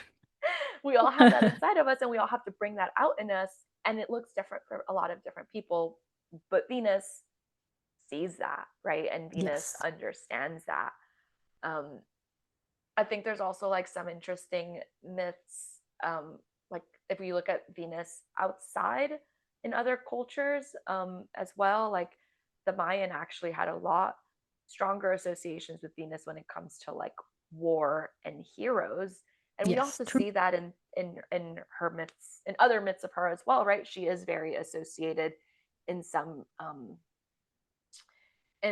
myths with like more of a war side, like even like we see her sword, and we see that show up, but we also see that I think in pre-Islamic Arabia, they depicted her with, like, it was about fertility and war, and they always depicted her with lions, and she was like the Mm-hmm. most mighty or the most powerful. And so there is this really strong aspect to Venus as well. It's like what you were talking about, like there's two sides, there's contradictions. Yes. Yeah, I think in a lot of depictions archetypally like of a Venus like figures throughout different culture, there is usually like a depiction of her, they, them, however Venus wanted to represent themselves with like strong animals. Yes. Um, which is interesting. Yeah, like I'm also thinking of like Indian culture. There's usually a lot of representation with like also animals and strong animals Yeah. there as well. Again, and also, yeah, Venus also being very strong in a way. I think, the goddess Kali is very much also a Venusian goddess as well. And like the rage of like bringing justice into the universe and stepping up and doing all of that. Absolutely. Yeah, it's like the power behind the feminine range. Yes. Agreed. Agreed. Okay, everyone, we are back from a small little break, and now we're going to continue. We're kind of going to riff off a bit of the mythology that we were talking about before, and we're going to go into the realm of Persephone. And then we're going to tie that into Venus retrogrades because this whole story is like kind of I feel like the story was actually born out of the observation of Venus retrograde cycles, if I'm not mistaken. So, it's like the universe experiencing itself through storytelling. Um, yes. Do you want to take the lead on that and then, or, Yeah, then we'll okay, go cool, from cool, cool. there. So I think when we talk about Persephone, we always have to talk about her mom first in some ways, True. right? Yeah. So Persephone is the daughter of Demeter, and Demeter is the goddess of the harvest. Yeah, the harvest. Yes. Um, and I mean, Persephone was abducted from her mother. Like I'm That's a like, nice how way of you, saying it. yeah, well, um, yeah, I mean, I think like in some versions of it, it's her own father who gives her away, correct? It's Zeus. Uh, yeah, I think later on, right? But I think generally the consensus of the story is that basically um Persephone was kind of out in the field, Yes. away from her mom. She was picking flowers. She was like literally picking flowers in like a Totally. field meadow. And Yes. Yeah, and and then then yeah, go ahead, sorry. abduction moment happens. Hades Yeah. turns like I'm always just imagining like there's like the floor Yeah. opens and she's a bit literally abducted into the realms of Hades, aka Pluto, Yeah. She's into like the underworld. swallowed. Yes, basically. Um yeah, so she's in the underworld then, and there's like a promise, which I think it's different depending on which scripture to read, but I think mainly he wants to make his wife, right? Yeah. He wants her to stay in the underworld, and she also there's like a whole story of like the pomegranate seeds because she eats a few pomegranate seeds, which makes her like almost like immortalized in the underworld, so to say. Yeah. And Because you can't leave once you've had food from there. And exactly, so she eats these yeah. pomegranate seeds, and now it's like it was six. It was only six, though. It's like, you think of that, you're like, I just had a tiny little snack. Um, and so her mom is like, bring her back. She's talking to Sue. She's like, bring back my daughter. I want my daughter. And the earth is sad in that moment, right? Because Persephone's gone, and Hmm. Demeter is the goddess of harvest, and she's sad, and so it's like everything stops growing, right? And so from here we also get this like overlap and connotation with like the times and seasons of the earth, right? And so there's nothing growing. It's the fallow season. So anyway, so Demeter's here, like, please bring me my daughter back. She's begging Zeus. She's like, how are we going to do this? And I think it's like also very important to say that like Hades totally tricked her, Persephone, into like eating True. those seeds, like it, because he wants to keep her. And so anyway, then Zeus goes and he's like, "What's up, Hades? Like, can we bring back the girl?" And Hades is like, "Well, no, because she ate some seeds." And Yeah. Yeah. so, yeah, And it's no, really, sorry. and it's in the end, and I think I'm not quite sure about that part, but I just know that at the end of the day, it's actually really Mercury that makes Hermes that makes the deal. Because I think Zeus is kind of like, okay, whatever, I can't do it. But, and Demeter is like Yeah, very much striking out. Because things stop growing, it's out of her own protest. She's like, yeah, if you don't bring her back, like there's no freaking harvest. Um, yeah, and it's really yeah, Mercury, aka Hermes, that actually then goes down because Mercury can travel between the upper and the yeah, underworld and makes that deal. Which is pretty much like partially she can be the queen of the underworld, and partially she comes up yeah. in the upper world and can be with her mother again. Yeah. Yeah, and that's like also like, the six pomegranate seeds are supposed to be symbolic of the 6 months that she spends in the underworld. Um, and yeah, I mean, obviously Mercury is the best one to go like negotiate the deal, right? He Yes. is our god of commerce and business, and he's like one of the few gods who can go up and down and transverse Mhm. mortal realms and Olympus and underworld. And so yeah, but Hades had given her these pomegranate seeds, and now she has to come back every 6 months. And so this is also how Persephone gets associated with the seasons, right? She like brings about the change in seasons as she leaves um, for the underworld. And this is like we see this myth of the underworld showing up multiple times across history. Um, we like see it in Mesopotamia as well too. There's like the um, it's Inanna, right? Or is it Ishtar? I mean, they're like interchangeable, the Yes. names in Yes. the end. So in honor of Ishtar, and we see that myth as well too, where she has to, well, there it's a little different, but we still have this goddess who's going into the underworld. Um, and well, in there in that myth, her sister uh kills her because she had come to take over the underworld. Yeah. Yeah. But she had True. True. True. expected that, so she got rescued afterwards. But the real thing here is like this is also all associated with the cycle of Venus that we see in the sky, right? Because there's this moment, and we'll go more into detail about that, but where Venus, we just can't see her anymore. And so that Mhm. is what's overlapping with these myths when it says like, oh, Venus is in the underworld.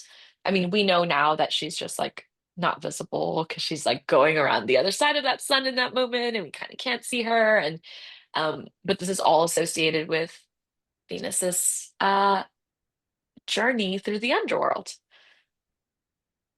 Agreed. Yeah. Yeah. I think partially what people miss is that like Persephone in that story, eventually she finds like a lot of empowerment in like being the queen. Like she actually kind of quite enjoys it. So she likes going there, you know. It's not like she hates going there afterwards. She finds a lot of power through being in that position. Yeah. Which again, I think perfectly exemplifies again the like holding of these complexities of like, yeah, she's like the queen of the beautiful flowers and the fields and all of that, and also the queen of the underworld. And you can kind of be both, and a lot of people are both in their lives. And I love that there's an archetype kind of showcasing that, because people again can get really stuck up on like Yeah. you're either like pure or you're not pure. And it's like maybe it's like a bit of both, and maybe like Yeah. not pure isn't so bad or what people make it out to be. So I think that story exemplifies it well. And again, as you said, in like Venus going retrograde, Venus's retrograde is about what is the absence of Venus? Like, what does that mean when Venus is absent, when Venus is not present in our life so much, or when she's having a hard time, when she can't, when she's like not fully in her power doing the Venusian things. And it invites us to also be more introspective and reflective. And yeah, yeah, Yeah. I think you're 100% right. And it's like, it, you know, yes, obviously being kidnapped is very scary and should not have happened. And there's all of these stuff that we can talk about. But in this case, in this story, she emerges as a queen, right? And so it's like she is granted new power. Uh, we could talk about whether she was going to have that kind of role had she stayed like with her mother or in her mother's um like in her mother's shadow, or like so mhm, attached to her mother, who was the queen of the harvest, right? There was no need for with the goddess of the harvest, there was no need for seasons necessarily, right? Like in the myth beforehand, because we had Demeter and she was just going to bring about our crops and goods and everything was good, right? And then Persephone almost goes and finds who she is on her own away from all of this. And then she emerges from the underworld and she comes back and she's reunited with this other part of herself, this other like half her mother, this other part of where she grew up and where she is. And so I mean, Venus retrogrades, I think all retrogrades, but Venus retrogrades, in this case, what we're talking about, are really difficult because we want to control the outcome of things. Mm. We're very much, me too, obviously. I mean, my Venus is in retrograde in my chart too, just to like add another thing to it. But when you're just like humans in general, we think we can control everything and we can plan everything and we have our ideas, right? And then a retrograde comes and it's like, whoa, what's happening? I didn't count on this. This wasn't according to the plan. And when it comes to Venus retrograde, I think there are these like bigger conversations that come up during that part of the retrograde cycle. Exactly what you were saying around like, yeah, but what do I want? And like, how do I step into that my own kind of power with all my Venus themes, right? And there is an emergence afterwards, and this is associated all with like Venus moving from like evening star, morning star, evening star, right? But like that emergence is supposed to be about like, oh, I know who I am, I know what I want, I know what I'm chasing, and kind of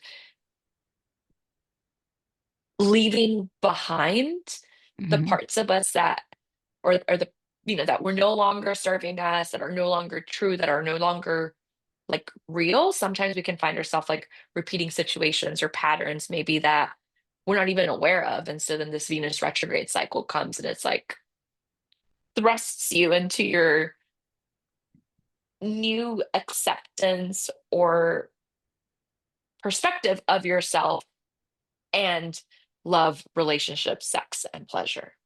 I think Yeah. we also see this in progressions too, but like these cycles can overlap with like big changes for folks, right? Whether it's like um sometimes it can be about like gender and identity or sexual orientation, right? Yeah. Like real heavy things. Agreed. Yeah. I mean, it obviously depends in which house it's happening. I think that Yeah. empowering, like that moment of empowerment that usually happens is when Venus retrograde in the cycle forms a cazimi with the sun. So when she's at the heart of the sun, when that first like conjunction, or again, as we say it, when it's with the sun, it's really a cazimi moment. Like I feel like that's when the empowerment moment comes. And I feel like the first part of the retrograde cycle is very different than the second part of the retrograde cycle once she has gone through that Kazemi moment. It feels like a lot more empowering. It's also because Venus is slowly gaining her power again and is Yeah. entering the phase where she's going to get more and more visible. She's like, I currently she's actually visible as a morning star. I've seen a few people post their pictures of like uh the moon and Venus together because they did like conjoin yesterday and it was visible Yeah. in the sky. I didn't see it because I was not up that early in the morning, but currently she is visible in the night sky. And that's when we like feel her presence a lot more. And I feel like that's why Yeah. for a lot of people currently Venus is a lot more empowering. Obviously, she's also in domicile, so people are experiencing a bigger ease at like, yeah, the Venusian themes around relating to other people and all of that. But I do think that's like a very like decisive moment in that cycle and probably also again visible in that story where it's like she becomes queen all of a sudden. Uh, Yeah. And yeah. her like the morning star portion of the cycle is like also, I mean, there's other like associations with it, like it's waxing to like Venus is waxing closer to fullness. Like the Greeks called the Venus in when she was a morning star phosphorus or the bringer of light. We also Mhm. see connotations of this like with Lucifer being the morning star, right? Like there is this brightness and this like willing to like step into and kind of Mhm. like emerge that um is really loud or can be really affirming sometimes. I mean, obviously we went through I mean, it's all a cycle, right? So it keeps repeating, but there, Yeah. the portion of the kidnapping is not necessarily always like the most comfortable, right? You're Mhm. contending with like deep issues. Maybe you weren't even aware of them, right? And then we get to like a Kazemi moment and it's like, oh, like I see what is being brought forth.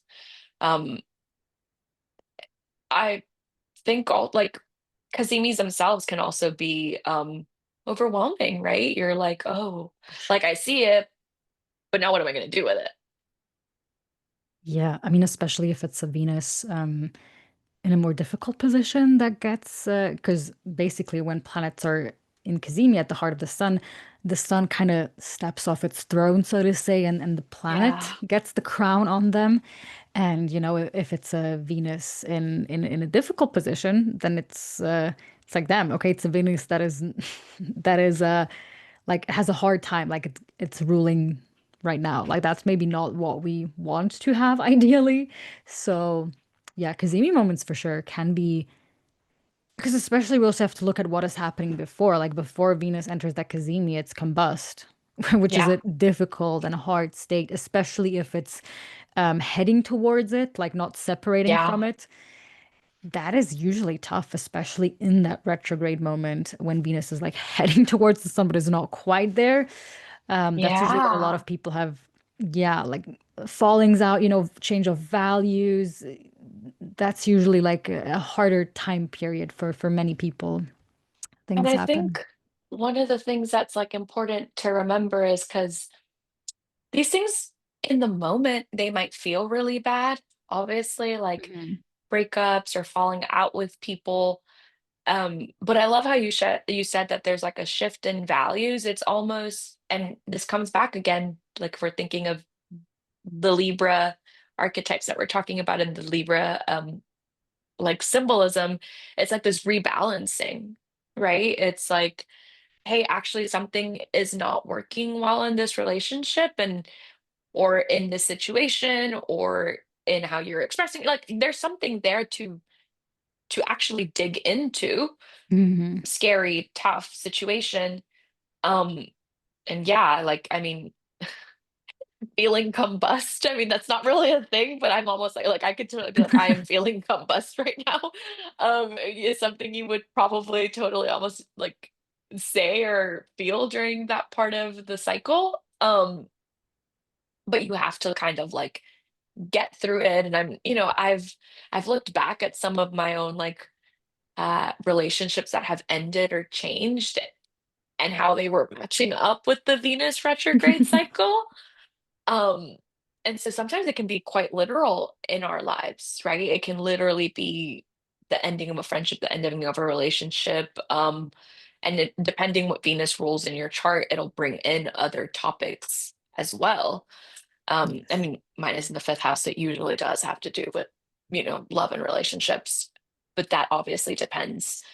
Um, but you know, I don't know. I think it's just like really important to remember that like the emergence from it is about fully stepping more into like authenticity, right? That's like, Mhm. Mhm. Persephone now is queen, or Ishtar left and now she's alive and she's survived this, and like hopefully her relationship with her sister's better now.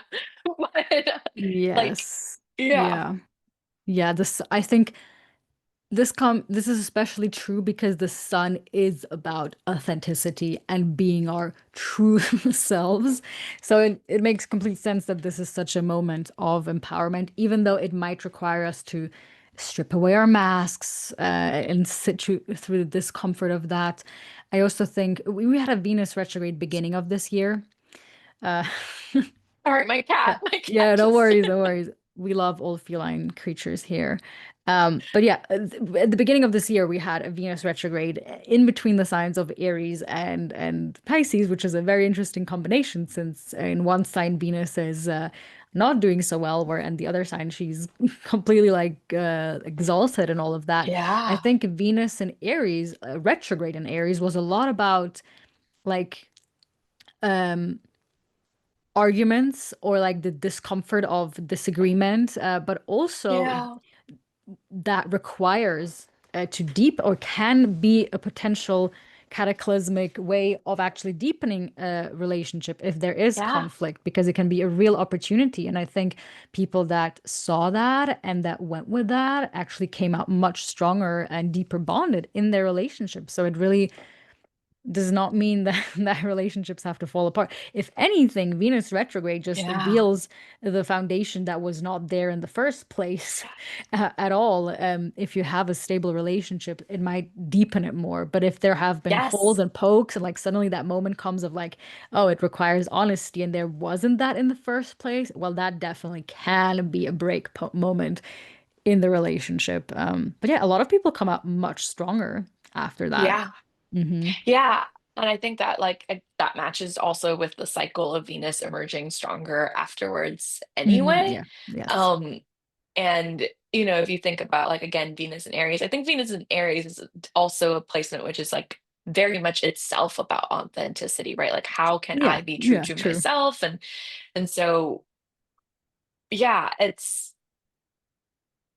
it totally makes sense. It's like revealing cracks and then it's a choice, right? And the scales themselves are a choice. And it's like, you know, it's important to think of Venus retrograde cycles, I think, and like what is being revealed and what requires some sort of rebalancing or a different direction, because what it's bringing to light is where things can no longer be the same, right? Yes. And you're Yeah. 100% right with the sun being authenticity and like how we want to be seen, how we want to shine. Um, and for Venus to go through there, it's like finding yourself in a way. It is for sure. Yeah. Yeah. And then obviously it shows up different in which house it is. I was just, maybe you have an example. My example for this specific Venus retrograde that we just had this year was, I only realized that afterwards, but it was actually changing my Instagram aesthetic, which is like so, sixth, fifth house themes. Like I was creatively changing Yeah. something that had to do with my work. Like I changed the outlays. Everything looked so much better after that. So that like it's a very simple thing, but that is a Venus retrograde. It's like aesthetically changing something.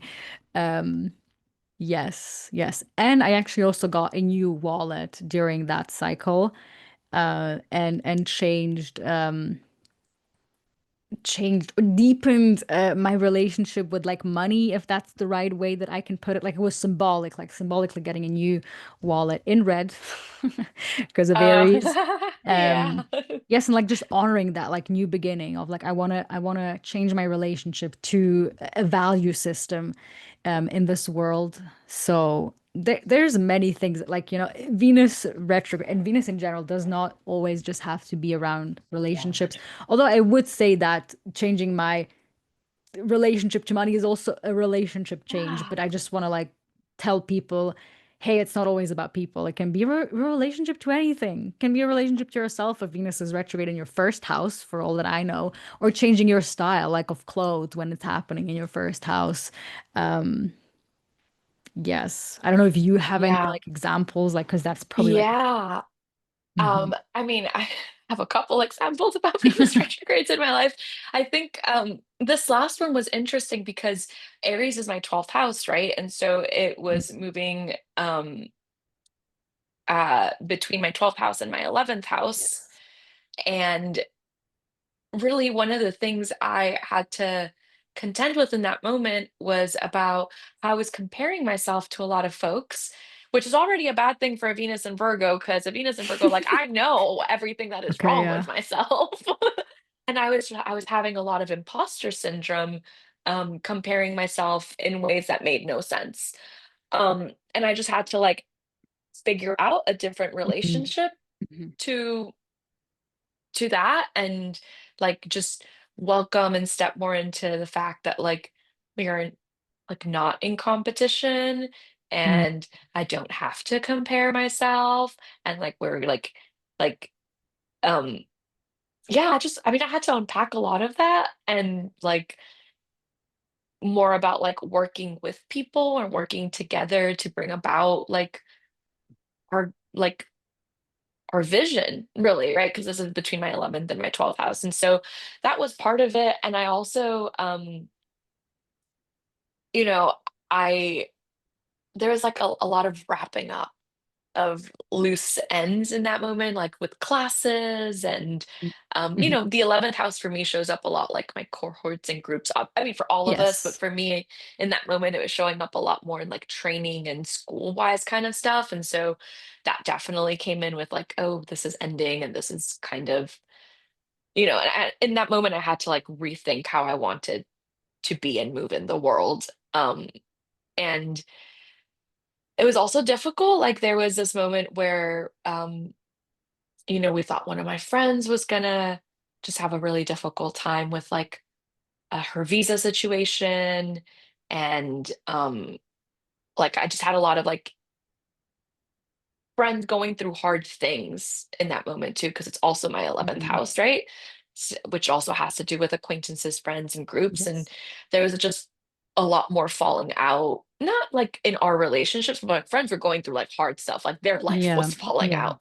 Mm. So, which is important to remember because like our chart is not only us, it is everything in our life. It's not only the personal and psychological. And so in that moment, I saw that Venus in retrograde showing up a lot in like, how am I going to show up for my friends? And like, what are we going to do in this? And like helping them through their um, difficult situations. And internally, I was dealing with my own imposter syndrome, like we talked about. But previous to that, the other Venus retrograde, and I don't fully remember, was it Venus and Leo? Leo, Yeah, it was Venus and 2023, Leo. summer 2023. That one rocked my world. That one coincided with literally like just Because it was also Uranus was it was squaring Uranus in Taurus. And it was yeah, happening and in both of I our angular houses because we are fixed yes. rising signs. So it was very Yeah. loud for me too. Yeah. That was like my moon and my rising in Taurus, Oh and then my yeah. fourth house has like my sun and my Jupiter. Like I was, I have my lot of fortune. I was just like, there's a lot going on, Mm. and basically that was like the moment where me and my current partner were like, okay, are we gonna do this thing? Like, and we had to like work through a lot of that. And what does that mean? And what does it mean to be in a relationship? And it, I I remember waking up one day and I was just like so overwhelmed with this Venus retrograde. And I was like, Mm. I give up. Like it will be what it will be. Like I embrace it. I like sarcastically, but also not very sarcastically. It's like also, it was like ironically and not ironically. It was like very serious at the same time. I was like, Saturn, take the wheel. I have a very strong Saturn in my chart. He's my malefic out of sect, but he is angular and domiciled. And I feel like he always checks me and everything. But I Mm. remember waking up and being like, fine, like it will be what it will be. The reality is the reality. The boundary will be the boundary. And I'm going to move through it. But I was like, I felt like I had to completely give up. And like, I mean, that makes sense with like the myth that we were just talking about. But in that moment, I definitely felt like I was in the underworld. Oh, I can imagine. Especially like it happening in your fourth house, which is like such a base. Oh yeah. I mean, yeah, for me that was like that Venus retrograde was so memorable and loud as well in different ways. But it was Uranus at the time was just starting to engage with my sun and rising, like opposing it. And and it was during that time that I really felt like I want to um explore polyamory. Or like it was just there Yeah. was something about it that I really was drawn to, which makes sense. Uranus in the seventh house. Like that's so common that something like that happens. Uh and with Venus at play as well, Venus Uranus together or in like a square or whatever, there is like this tendency to be like, I want to be have freedom in my relationships. I want to like everybody can be themselves, everybody can go explore. And that was so present in my life at that moment. And it did kind of, I mean, I was like dipping my toes into all of that. Uh, and then as soon as Venus entered Virgo, it was like basically over. But that was so So funny. But that funny. whole You cycle was know, very much about that. And it was very interesting. And a person, again, seventh house often can be a person, symbolizing a person coming into your life.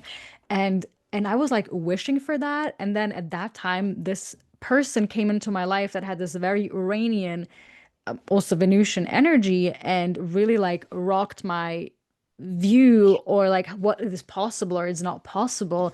And yeah, really like changed and shaped me. And I'm like extremely grateful for that experience, even though it's not something that like long term, happen in my life. But I think that's also what Venus retrogrades are about. Sometimes it's just circumstantial and things happening during that time, and we learn something, and then there's a next chapter that unfolds. Yeah, it's so funny that you mentioned the polyamory thing because I was contending with those issues too. I had had like We're us in the several first. poly relationships. Right, exactly. And I was like, well, what do I actually like need in this moment? And it brought in all these fourth house themes, which for me, like it also coincided with starting somatic therapy, Mm. right? Oh, Yeah, and me too, like actually. That's so funny. Like I literally did that as well in these years. Yeah. that's so funny. Yeah, that was I was like, oh, there's like I mean, and I like again, it's in my fourth house. Fourth house, has to do with ancestors, has to do with family, has to do with generational trauma. My son Yes. is there. It's Leo. It's also about me. Who am I? Like, so it makes so much sense that Venus retrograde comes and it like obviously rocked my relationships, but it rocked who am I and like how much of that is me and how much of that is inherited. And Mm. Mhm. obviously, yeah, right. And so the realization of that Venus retrograde was like, I have some unpacking and digging that I really need to get into that is also affecting and present in my relationships. Right. And so obviously it brings back some of those Venusian themes, and I am Venusian, so it's just like also me. Um, but yeah, wow, look at our, I mean, it makes sense. We're like little opposites on our Gosh, wheels. yeah. I mean, Uranus was pretty loud so far. It's briefly gonna go back No, into Taurus soon, but I'm so I don't fine with need it being that. outside of our angular houses. Please Um, don't. Absolutely. Yeah. Yeah. So that's interesting. I mean, yeah, that was definitely a memorable Venus retrograde cycles. And also generally talk like about the larger Venus retrograde cycles. Yeah. Something that Venus does, which is very interesting, and this is kind of going into like the synodic cycle that Venus has with the sun, because maybe you've seen these like beautiful mandala pictures of like I don't know, it's like how the planets are shaping around the sun. And what happens with Venus is it actually turns into a rose shape. And that's the cycles where it's like the conjunction with the sun, and Venus as morning and evening star. Like that's kind of what is being Yes. showcased, just in case anyone's wondering. And that then turns into a rose. And Venus has this beautiful predictability that it goes retrograde in like the same signs. I mean, over time Yeah. it like slowly moves, and then maybe we have that, for example, next year with like Venus retrograde in Scorpio Libra. It's like slowly switching to just one sign. But yeah, like Venus is predictable. Like Mars is completely different in that regard. Like Mars is very Yeah. loosey goosey. I Erratic. don't know how better to, but Venus is very predictable, and like which again I think brings in like the safety of like this Venusian Yeah. energy, that like it's always kind of going to be the same thing. um and you can always look back, like basically you can always go back 7 years in your life. That's going to be that, like Venus Yeah. cycles, like it's going to be pretty much the same Venus cycles if you go back 7 years and it's the retrograde. And like um the I think we don't really do this as much anymore. It makes sense, but like before Venus used to be a timekeeper. Like it That is wasn't true, yeah. only the moon, right? It was like because it was so predictable that they're like, oh, okay, it's that 7 and change, the 8 year thing, like it's back, and now we can like adjust our calendars. Um, and for example, I've been doing a lot more research into like Mayan astrology and stuff, but one of the things that comes up that I thought was really interesting was their their sacred calendar, their Solkin, is actually based on the Venus cycle, Mm. right? And so there are other periods, and this was other cultures, and this was more common before, where Venus was this timekeeper. And I mean, I don't know. I think it's interesting, especially when we were just talking about like the stability. What does a longer year look like and feel like if we stop thinking of our accomplishments and our cycles in like this 365, Oh, yeah. you know, right? I mean, time is a social construct. It's whatever. Like we could track it however we wanted, but Oh, Venus yeah. itself was considered a timekeeper for once because it is so predictable in its cycle. Yes, and I mean, Yeah. also for a lot of people in the sea, Venus was the North Star, quite literally, that was guiding Yeah. the way. So, yeah, and she is, you know, also something we don't really do a lot nowadays. We take things for granted because it has been written down and that's how we learned about Venus. But back then, when we were just learning about the planets and somebody had to figure all of this out, well, Venus got her signification because she's literally the brightest, most beautiful star in the sky. Like that's how she got her significations of Yeah. being Venus and representing that archetype. Um, Exactly. mhm. So Yeah, there's a lot that we exactly. can do with observation. And it's also, yeah, you can, if Venus is in morning star or evening star, and that's how she's going to show up in the sky, like as a morning star, it's going to be in the morning, and evening star at the evening, that's how she's going to be visible. And if you find her, that's one way you can also like connect with her, by like spotting her, waving your hi, Yeah. just being like, hey, I see you. Yeah. Yeah. Yeah.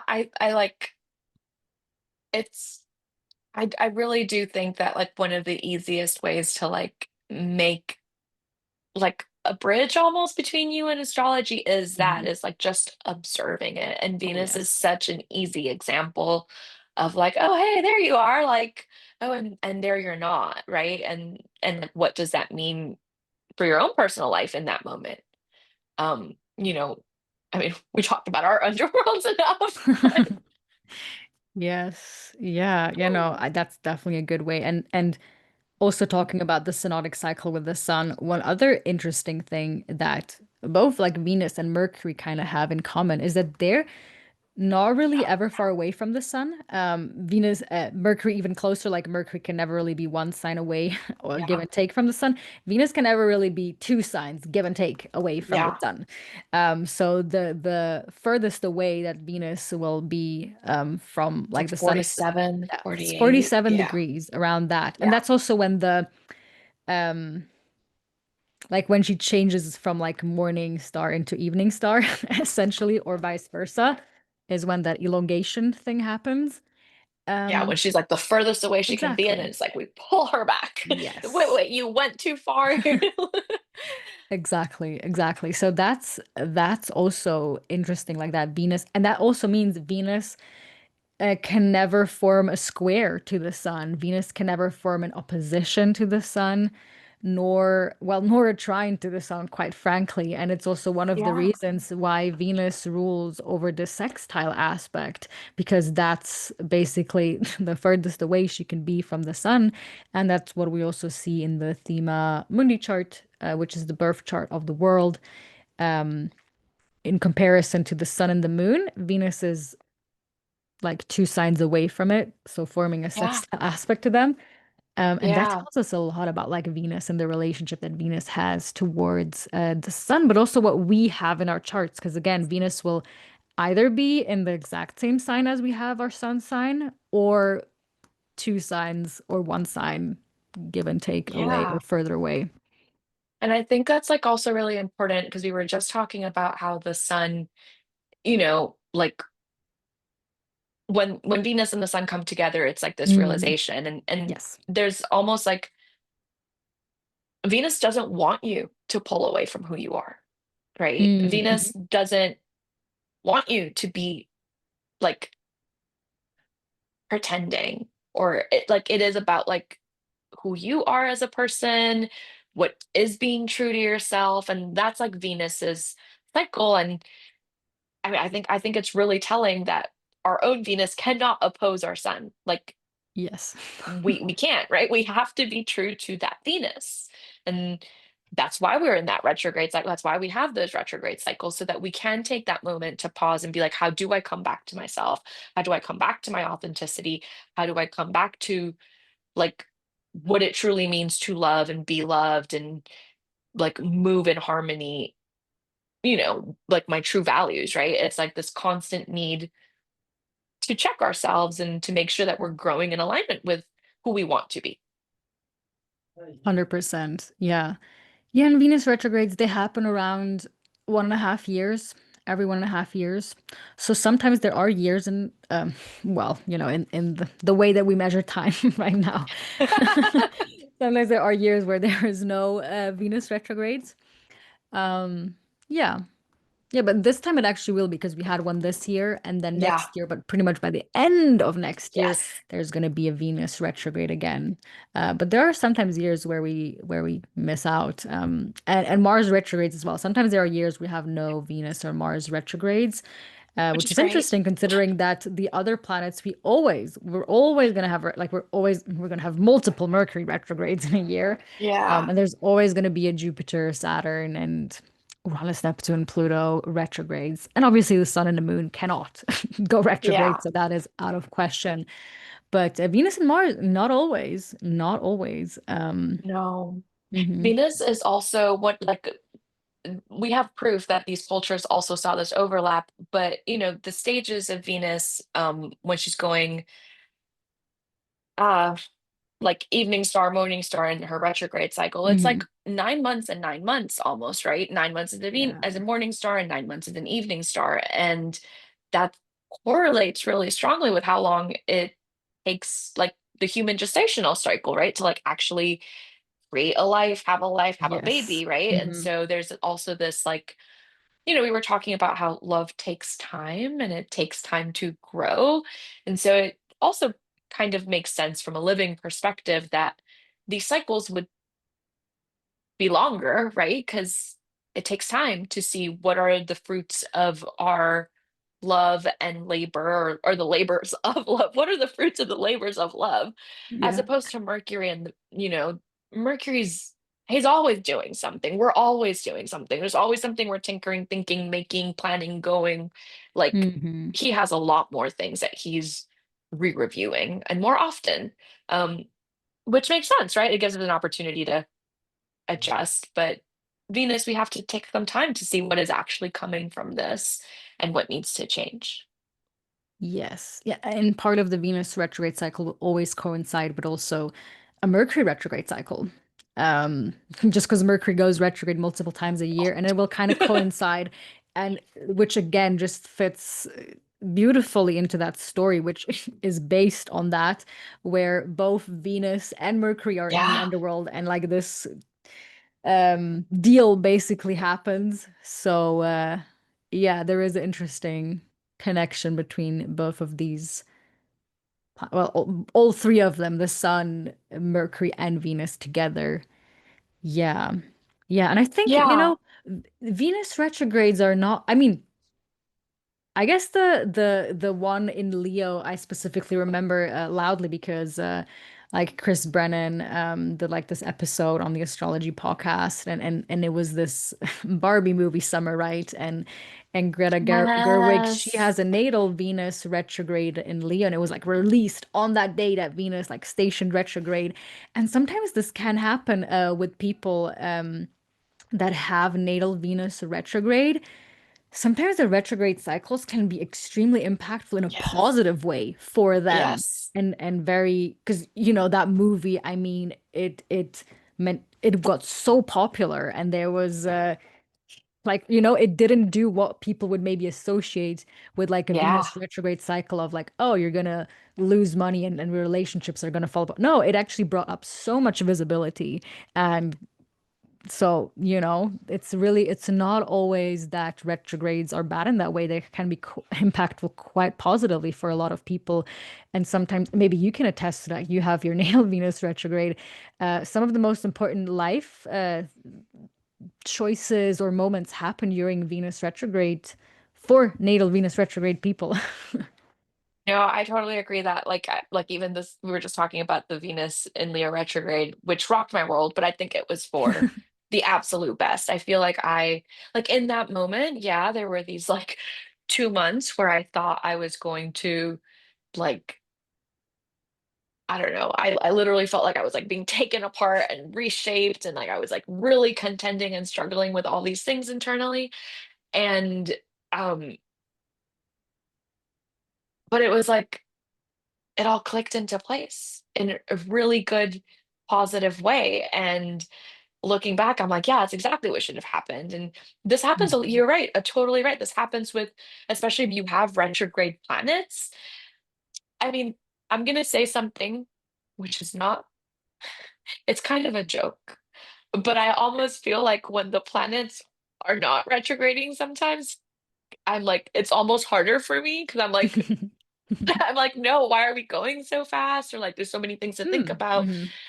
And then these retrograde cycle comes, and some people are really freaking out. And I'm like, oh my gosh, yes, finally. Like, or I even felt this way with Venus and Virgo, right? I know a lot of people were like not super thrilled about Venus and Virgo, but me, I was like, heck yeah, let's go. Like, and I think there's something here just like to also remember that like it all depends on your chart, right? It's all going to be Yes. different. But having a retrograde planet does not immediately mean that that planet can't bring about good or can't do good things or that it won't experience Exactly. a positive aspect, right? There's like so many timing things to take into consideration with someone's natal chart. And I don't know, I like to think as of retrogrades, and it can be really hard and difficult and challenging, but Mhm. I like to think of retrogrades as a moment to like put the pencil down Mhm. and to like look at what you've been drawing or writing or doing, like the cosmic pencil, and you're like, oh, what do we have to adjust here? But yeah, the Barbie movie is such a good example.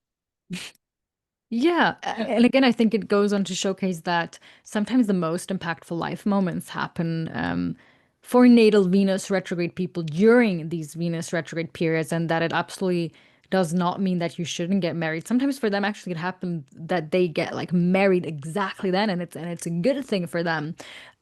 Obviously, of course, it can also not be the best, but that's probably like if you Yeah. don't have Venus retrograde natally or many other things in your chart that would exemplify this.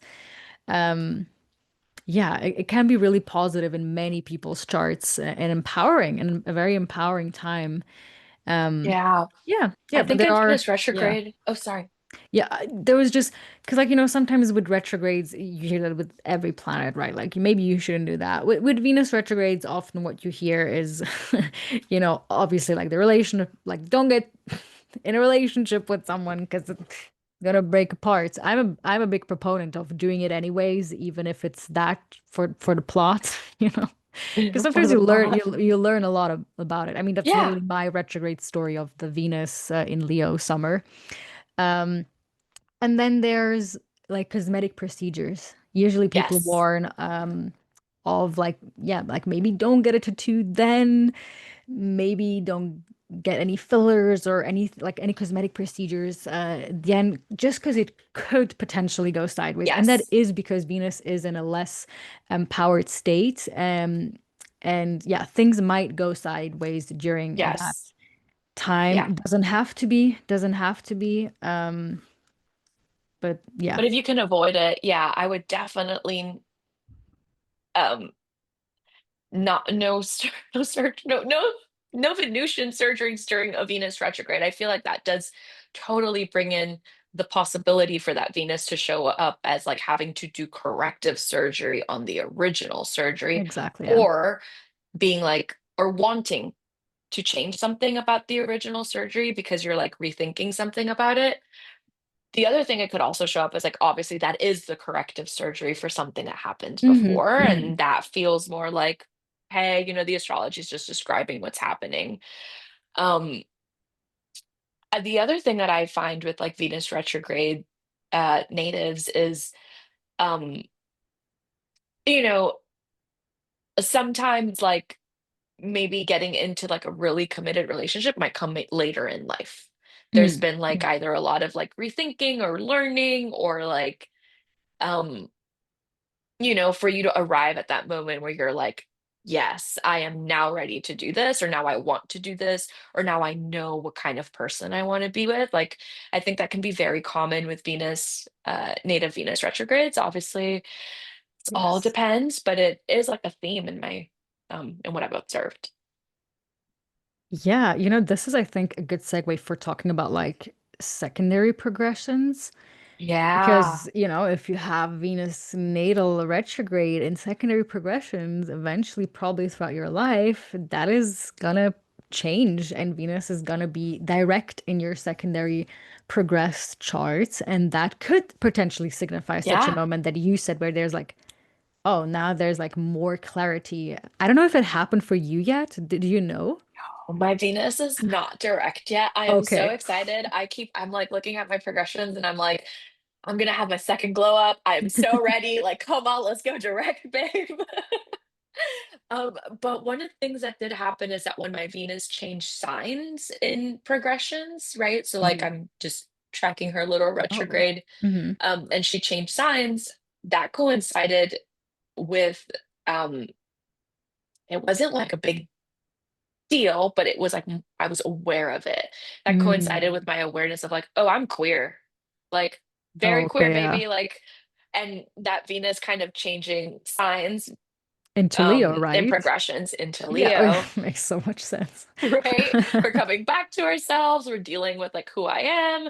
Um Also like I have my Jupiter there and I have, my Mm. sun there. Like there's just a lot of things there that my Venus was like, oh, oh, oh, oh. And that can also happen, right? Like if you have these interesting like changes in your progressed Venus, whether it is by sign or whether it is going direct, there is like a new Venusian chapter being unlocked for you. And that can be as awareness, and it can it can be seem radical, right? Like in in that moment, I was like in a very conservative, like my family grew up in a very conservative religion. I was just like Hmm. very entrenched there. And so when I had this realization, it was like, oh, whoa, where did this come from? And like it can be it can rock your world sometimes, right? Hmm.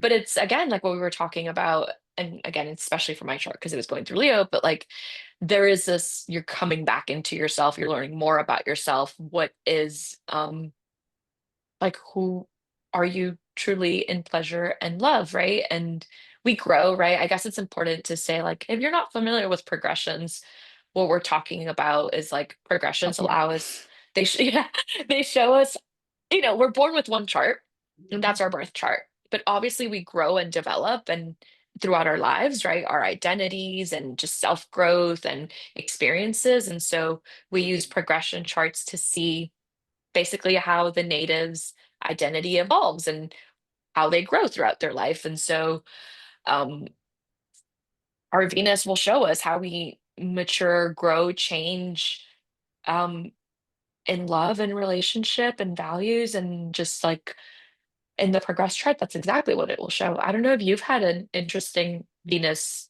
progression moment. Gosh, I don't think actually sometime in the future, I don't know when by heart right now because it's pretty distant, but eventually Venus will actually station retrograde in my secondary progress chart. Yeah. But it did enter Aquarius last year or this year. I think it was last year, if I'm not mistaken. So it went from Capricorn into Aquarius. But I'm not sure I have like I wish I would have something to say about this, but I feel like Venus, it's both our Saturn ruled signs, so I don't think that there was like such a big change. I feel like, Yeah. Venus in Virgo versus Leo is probably like a lot louder than Venus in Capricorn and Venus in Aquarius to some Yeah. extent. But I am definitely looking out for that moment when she stations retrograde in my secondary progress chart. Um, yeah, which is far in the future, but it is gonna happen. Um, I think it's yeah. also like that brings up the point, which, some folks might not know, but most of us will experience that, right? Most of us will Yeah, experience true. in our lifetime that Venus either going direct or going retrograde, right? Um, for me, it's, you have a direct Venus, so you'll experience a retrograde. I have a retrograde Venus, so I'll True, experience a yeah. direct. So, but like, I mean, we obviously all change and learn when it comes to Venusian themes. And like, I mean, the only thing we're promised in life is that we will change and that everyone around us and everything around Mhm. us will change. And, that shows up in secondary progressions by Venus. And those, I've looked at a couple of charts too, where like those reversals and, or, when it stations direct can coincide too with, like getting married. Uh, That makes sense, yeah. so yeah. Um, or so like I have some notes, but like progressed Venus and the natal sun aligning can indicate marriage. Obviously, we're getting like a Cassimi moment, or progressed Venus touching the ascendant or aspecting the seventh or the ruler of the seventh, things like that. Like they can totally symbolize like um things like marriage or relationships, whether, there's a new phase or it's a new Mhm. thing, but they totally coincide with that. Could also be loss of not those specific aspects or that I mentioned, but it can also progress Venus transits can also, or aspects can also symbolize, you know, divorces, death to loved ones. I think I'm in the US, and so I know if you look at like President Biden's chart, his Mm. progressions by Venus coincide with him losing his first spouse, meeting his second Mm. spouse. Yeah, I heard of that. Yeah. Yeah, It's yeah. like, It's loud. yeah, it is loud. So sometimes, you know, what is your progressed Venus doing is a great question, especially if you're trying to look into like your love life or, Hmm. that evolution of your life. Agreed. Yeah. And even if you happen to be born, during a period where Venus doesn't go direct for a very for a very long time, because that could also be, and you're probably still gonna experience like a difference maybe between Venus shifting from morning to evening star or vice versa in your secondary progress chart, or what you're definitely gonna experience is, Venus changing signs, because Yes. Venus is she's almost like the same length as the sun in a sign. Because she's close to the sun, right? So she's also there for around like almost 4 weeks. So, eventually you're gonna experience Venus at least changing into a different sign, and that is also notable. And with Yeah. secondary progressions, these are things that don't happen every year. I usually just have a tab open, or I have it in my notes. Like probably somewhere in like 7 years, there is a note that my secondary progressed Venus is stationing retrograde. But that's going to be relevant for that year. That is not relevant for me Yeah. right now. No. So I would, if somebody wants to observe that, just like keep a tabs open or put it somewhere in your notes. Like, oh, my secondary progressed Venus is shifting from, I don't know, Sagittarius to Capricorn, and something like that. Because that's going to be probably a noticeable something you want to take look Yeah. out for that year. What also helps is, solar return charts. If you Hmm. look at them, like maybe you in your solar return chart, you are a Venus or sorry, a Taurus or Libra rising, which means that Venus, like look Hmm. at where Venus is in that chart, because it's going to be like your chart ruler. Or maybe you're entering a Venus perfection year, of course, that also happens. Then Venus is also going to be loud in your life. So not all transits are always equally loud. It's some Yeah. years are louder, some years are quieter. Um, yeah, that's why also some Venus retrogrades are more impactful and some are less impactful. Yeah. 100%. It depends so much on the timing of your life, right? Like there's so many things to look at there.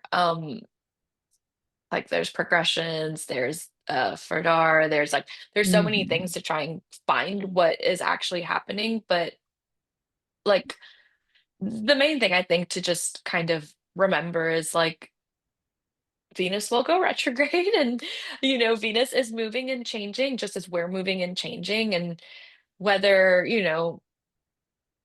whether that will be important for you in that moment depends, but there's always some energy there to work with, right? Oh To yeah. just be mindful of. Um, I think maybe one thing that we haven't talked about too is like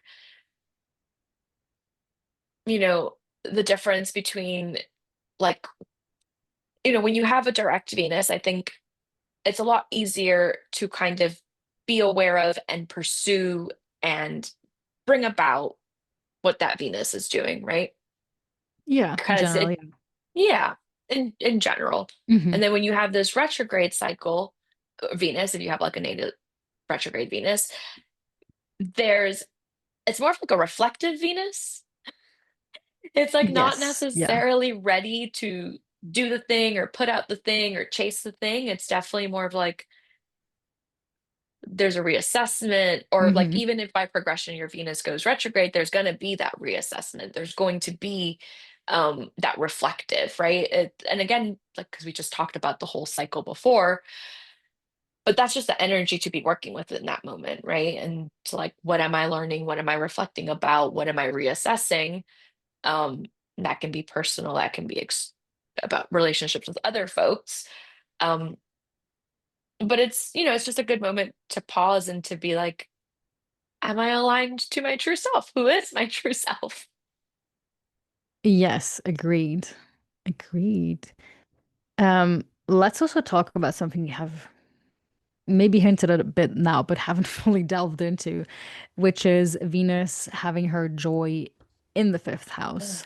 Because all the planets have their joy in one of the houses. Venus happens to have her joy in the fifth house. Um, there's obviously also I did a house series before this Yeah. series. So, if you want to hear more about the fifth house in general, there's like a much deeper discussion on there as well. And the house series is also always going to be linked down below, by the way. But yeah, I think Venus having her joy in the fifth house is a lot about, because for me the fifth house is kind of like the house of joie de vivre, so the joy of living, and not the things that are like necessary for survival, but that make life so much more beautiful to have them around you. um like, it's you don't have to have a painting in your house. It makes it so much more beautiful if you do. You don't have to decorate your food, but it's so much more visually pleasant to look at it. And yeah, and I often think of that quote from like that Poet Society where Robin Williams is I don't know the character he plays, but something along the lines of like, oh, like lawyers and engineers are like noble pursuits, but it's like poetry and love and relationships that we stay alive for. So I feel like the fifth house is the things that we stay Yeah. alive for. There's a romance, that is love, that is the things that make joy, and that is the realm of Venus and why she has her joy there. I think there's a lot of like that fifth house is like our creations, whether those are Mm. children or whether that is art. Whether that's public or private is a completely other story, right? Yeah. We could look at the 11th house for that and that axis, but focusing on the fifth house, it's about like these things that we are creating and making. Um, and I think creativity itself is a fifth house um, topic. And so obviously, Venus, we get this planet that we're talking about fertility. So we love a Venus in the fifth house for fertility reasons, like, actually having children. You have to look at the whole chart. Obviously, I feel like that's the tagline. We have to look at the whole chart. Oh, it's always Um, astrology is always it depends. yeah, it depends. Um, but a Venus in the fifth house would can focus on that, right? We love a Venus in the fifth house because she can focus on carrying over that creativity, on indulging that creativity, on bringing it about on those children, on those artistic pursuits, or in the pursuits of pleasure, right? Mm. So, and we have the fifth house, which forms a lovely trine to that first house.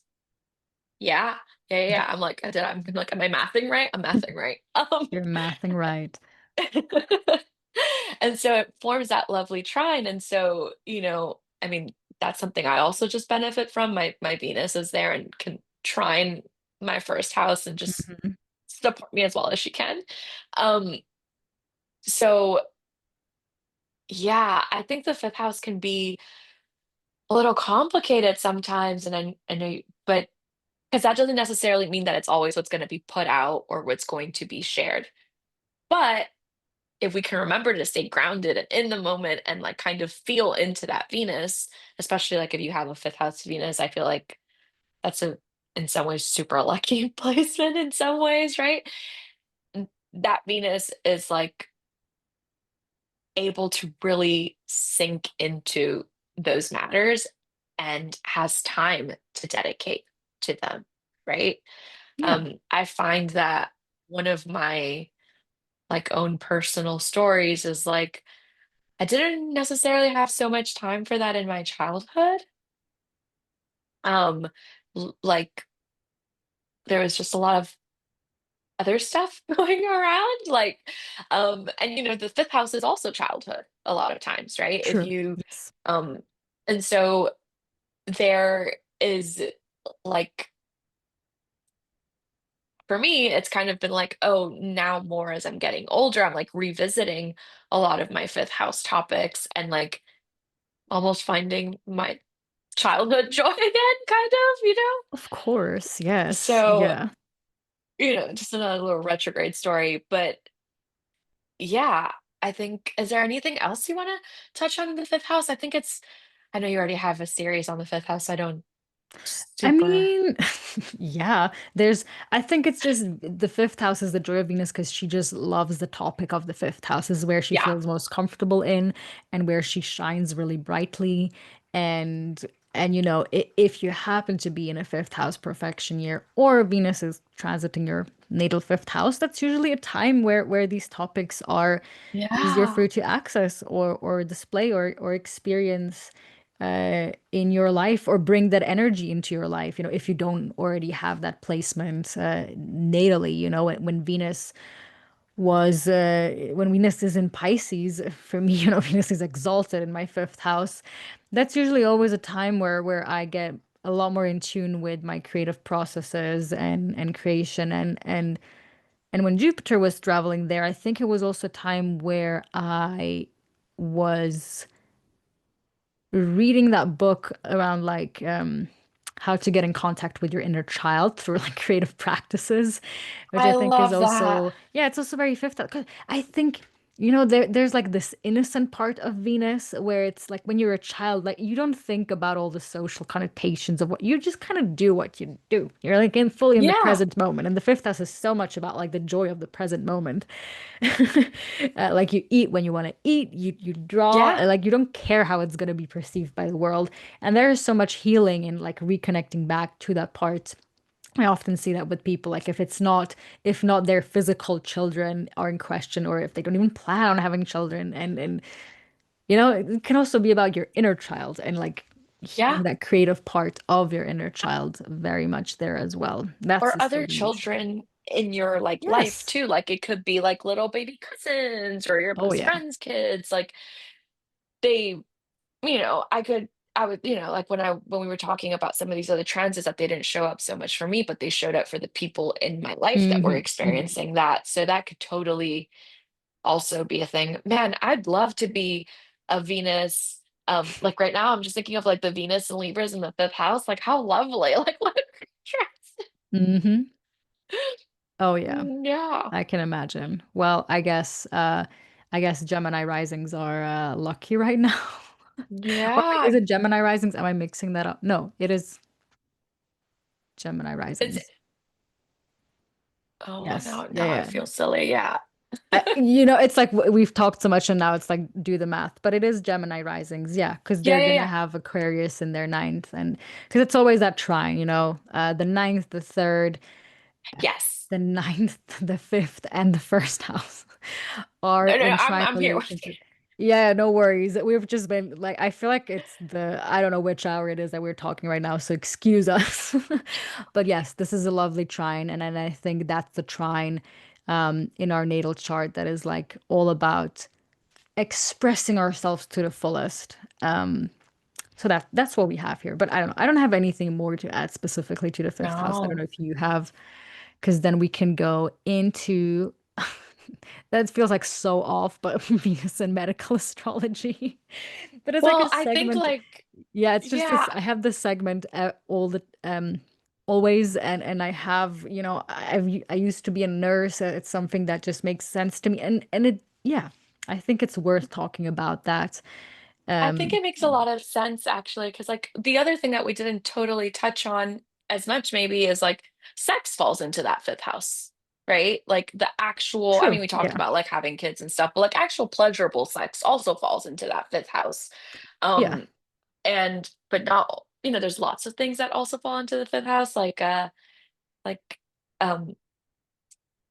I don't know, like I mean, just the yummy stuff in life, blood, like sugar, which can Yes. also Yeah. spike. And so, I'm just trying to make it fit now with the medical astrology. I'm like, well, we're talking about sugar. Let's Okay. talk Yeah. about Yeah. blood Yeah. Yeah. sugar. Yes, yes, I agree. I agree. Yeah. Okay. Well, so yeah, Venus in Vedic astrology does influence the blood sugar. Makes complete Yeah. sense. Or just like our metabolism, also the female hormones in that Yeah. way, and our reproductive health. It does in men represent also the semen, and but then in females or people that have a womb, it represents the ovum or like the egg. Um, Yeah. the egg process, gosh, and fertility, and also Yeah. controls the bodily fluids, the urinary system, the kidneys, and also the skin complexion. Of course, makes sense, right? The skin is uh one of the first. It's like it says so much about us, like the Yeah. skin, and all of that. And obviously, if Venus is afflicted in the chart, because not everyone's gonna have Venus in a lovely position, um, it can be like, infertility or like Yeah. problems with getting fertile or like issues around the hormones and all of that. In men, if they have a very strong Venus, it could be that they have an excess of estrogen. Vice versa, also Yeah. with females that have a strong Mars, it could be an excess of like the male hormones and all of that. And it can also be venereal disease. Interesting, it has it in the name here. Because Venus is also Yeah. the veins, right? So there is, yeah, there's a lot there.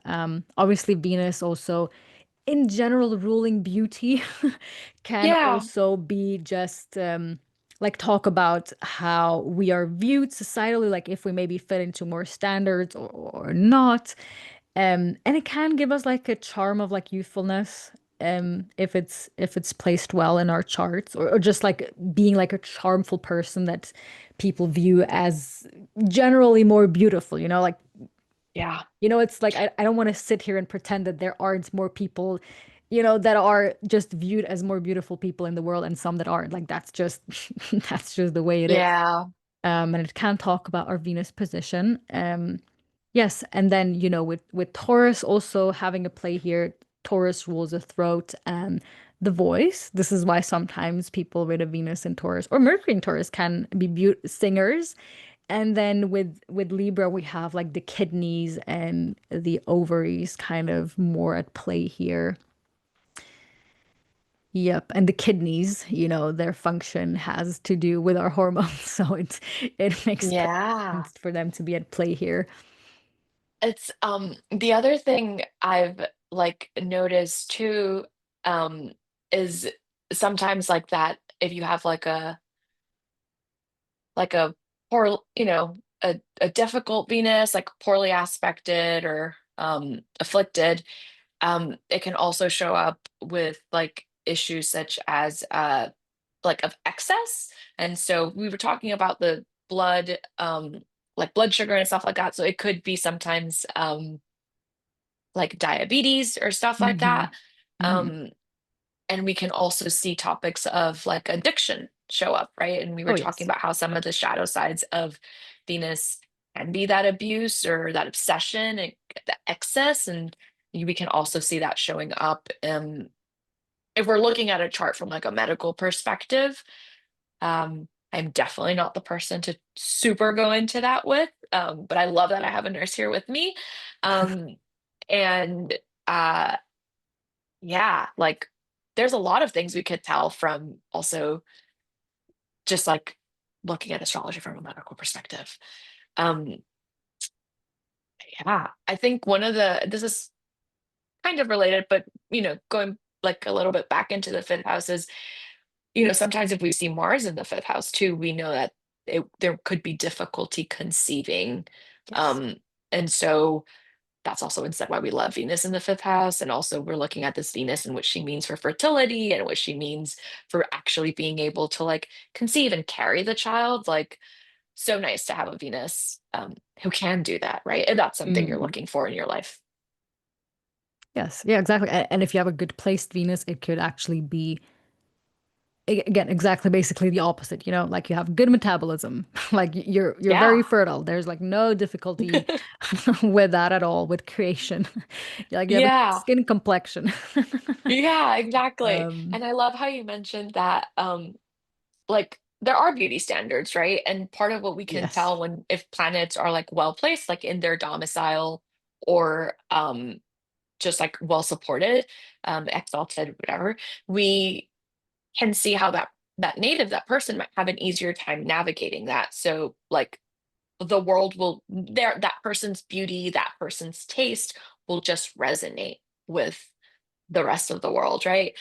I think it's interesting Yes. sometimes because I haven't looked at um who am I thinking of? Is it Picasso? Is it Van Gogh? I think it's Van Gogh. Um, but we Hmm. see these artists that they're not appreciated during their lifetime, but then Mm, after they pass, it's like they're super yes. appreciated, and sometimes they're True. just ahead of their time or whatever. But like we can look at the Venus placements to look at like how well will they be received, right? And True. sometimes, Hmm. you're just ahead of your time too. Posthumous beauty. No, but it is true. There is, I would like to nominate my dad here. Like, he's a Libra rising with Venus and Libra right on his ascendant, and Oh, he wow. has always been he still is a very charming person. He looks good for his age. I'm gonna be like, is Sorry, he a hottie? Yeah. and but especially when he was younger, he had that John Travolta look, at that time, and so he was very popular and could use that charm, like to get his Yeah. way, if I can put it that way. Yeah. And so there is, like that's a good placed Venus right on the ascendant. Like it's real and Yeah. true. Yeah, totally. I feel like that's like a place where people are like, let me help you. Like, I want to, Yeah, support you, and also just like they can appreciate you. Yeah, I mean, sometimes, the placements tell us a lot. Like, the placements tell us a lot about that, right? Like, how much support is there available to you from those around you, from society? Um, yeah, which makes sense in a lot of ways. absolutely. Yeah. Yeah. And I just also like uh, I love the Libra connotations with like I think the kidneys. It's so interesting. First of all, there's two kidneys, right? So there's always a balancing act going on. Yeah. And also the fact that like Mars Aries rules over the blood, and then what is the function of the kidneys? To filter out the blood. So you Yes. you you even see the opposition and the relation of both of these signs inside the body and how it's working. And that's why I personally find medical astrology so interesting. Yeah. So I feel like we can learn a lot about the planets through that. I mean, for a long time, medicine was never apart from astrology. It's in the modern days that we kind of separate that and think it's woo, and people used to, nobody got an operation when Mars was retrograde before or anything like that. People are Right. very careful with what they were doing. Of course, everything can go into one extreme or the other. But Yeah. yeah, I think it's good to just be aware and to know that. And like a lot of the things that I'm drawing up upon and saying is from taking Seja Popham's class of like evolutionary herbalism. There's a lot of the things that I have thanks to him. There's also plants, in the natural world. There's the remedies that are Yeah. Venusian that you can go afterwards, where you could, like, if you have an afflicted Venus, you could go and search Yes. for a Venusian remedy.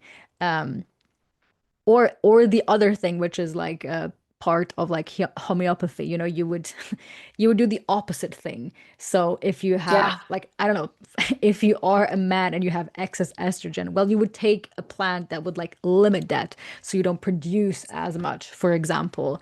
So all of that is very visible, and I love medical astrology for that. Yeah, yeah, I mean, I don't know a lot about medical astrology. Um, That's fine. but I will say that I do use like electional when I'm looking at Mhm. procedures, and I will, like, my mom had surgery not so long ago, and I was like looking at the chart, and I was like, Mars has to be in a good place, and this has to be in a good place, and that, like, especially when you're, um, obviously none replace each other, but it's always good to use them holistically to Yes. support each other. Agreed. Yeah. Yes, I agree. Agree. Which is so ironic considering the fact that I had a surgery this year with the last few days of Mars being retrograde, but but that's the way Oh it no. happened, and I was just more. I like that more than getting a surgery when Venus is retrograde because that was like right after, and I was like, I'm Yeah. not gonna wait till like middle of August to get a surgery. Like that's Yeah. not happening. And it was very fitting for me because I got a womb surgery and cancer womb, Mars surgery, you know. Yeah. And it was in my ninth house, so I was a bit Wow. yeah. At the end, there was a lot of faith, which is also ninth house that I had to have in this process. And at the end of the day, when did I get the surgery? Friday, Venus day. Venus still in Pisces, slowly turning retrograde, but not quite during Venus hour in the morning. And I was Oh, like, the great. goddess is with me. There is nothing I need to be afraid of, So Yeah. so Venus was there with me. So I was extremely happy. Yeah. Yeah. I love that. That's so good. Exactly. Um, So, if you truly need something, please go get it. yes, please Uh, do. but Yeah, yeah. Otherwise, if you can plan, don't get a surgery during Mars retrograde and don't, if you don't have to, and don't get any medical procedures or beautifying cosmetic procedures No, during beautiful. Venus retrograde either. Yeah, don't, let's not do that. Um, but Venus retrograde is a great time to like update your wardrobe. Oh, heck yeah. Yes, Perfect. absolutely. Which actually, I've oh, sorry, did you want to say no, something? no, Oh, I was just thinking about updating the wardrobes, and I was like, oh, Venus is in Libra. Great time to do that too right now. yes. Hmm. Yeah, because that goes into what I think we can talk about like how to build a relationship with Venus, and then we're gonna close it off like I Yeah. close off everything by reading the Orphic hymn. Let's first talk about how to build a relationship with the goddess. I mean, we did already kind of weave it in bits and pieces throughout our talk. Yeah, one thing that, that's the same for every planet is sitting down at the planetary day, which is for Venus, it's Friday. That's Venus day. And if you want to go even further, you can sit down during Venus hour, which you can figure out by, Hmm. I don't know, I use Time Nomad, so it's specifically Yeah. to my zone. Like it's not overly complicated. You can Google that. I also don't know by heart when the planetary hours are, but sitting down during Venus day, during Venus hour, and then for Venus, I just feel, altars are a great thing, specifically for Venus, for all the planets, but specifically for Venus, just because altars are devotional spaces, and that is the realm Yeah. of Venus, to be quite frank. And in my own practice, every time that Venus went retrograde, I made a huge altar for her every time. And I will continue to do so.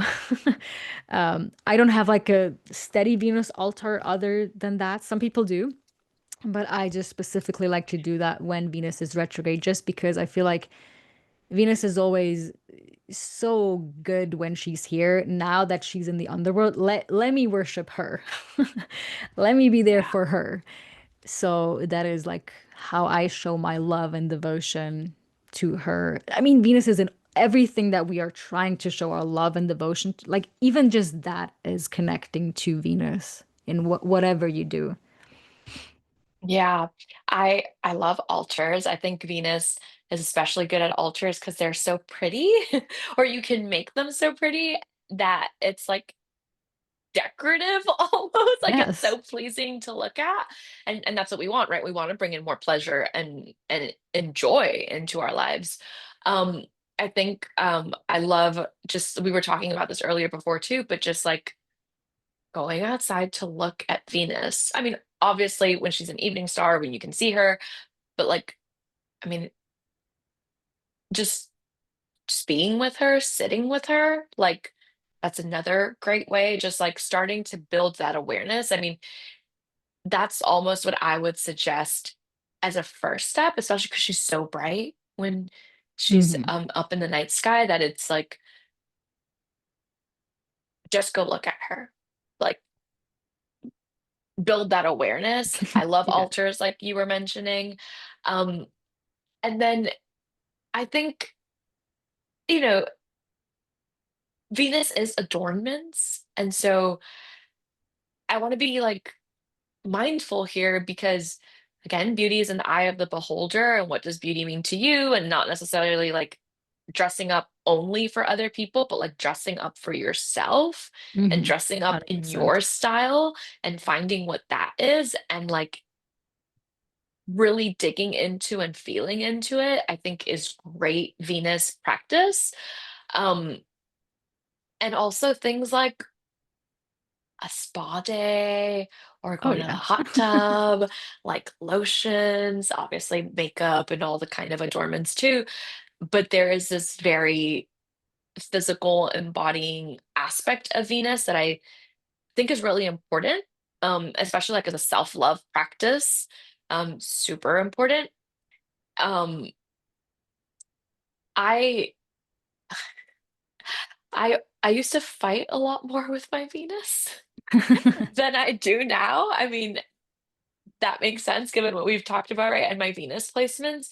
But um one of the things that I've been working on um is just really like that, like what does pleasure feel like to me?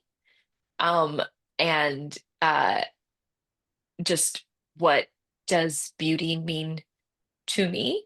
I have this like very this when I was younger and I would wear red lipstick, I would sometimes get really weird comments from folks about I mean, this is just such a Virgo Venus fifth house thing, but like where I was like a child and they were telling me that I mean, I'm gonna use the slur, like, I mean, me personally, like sex work is real work, but they would like I'm a kid and they're telling me that I look like a prostitute.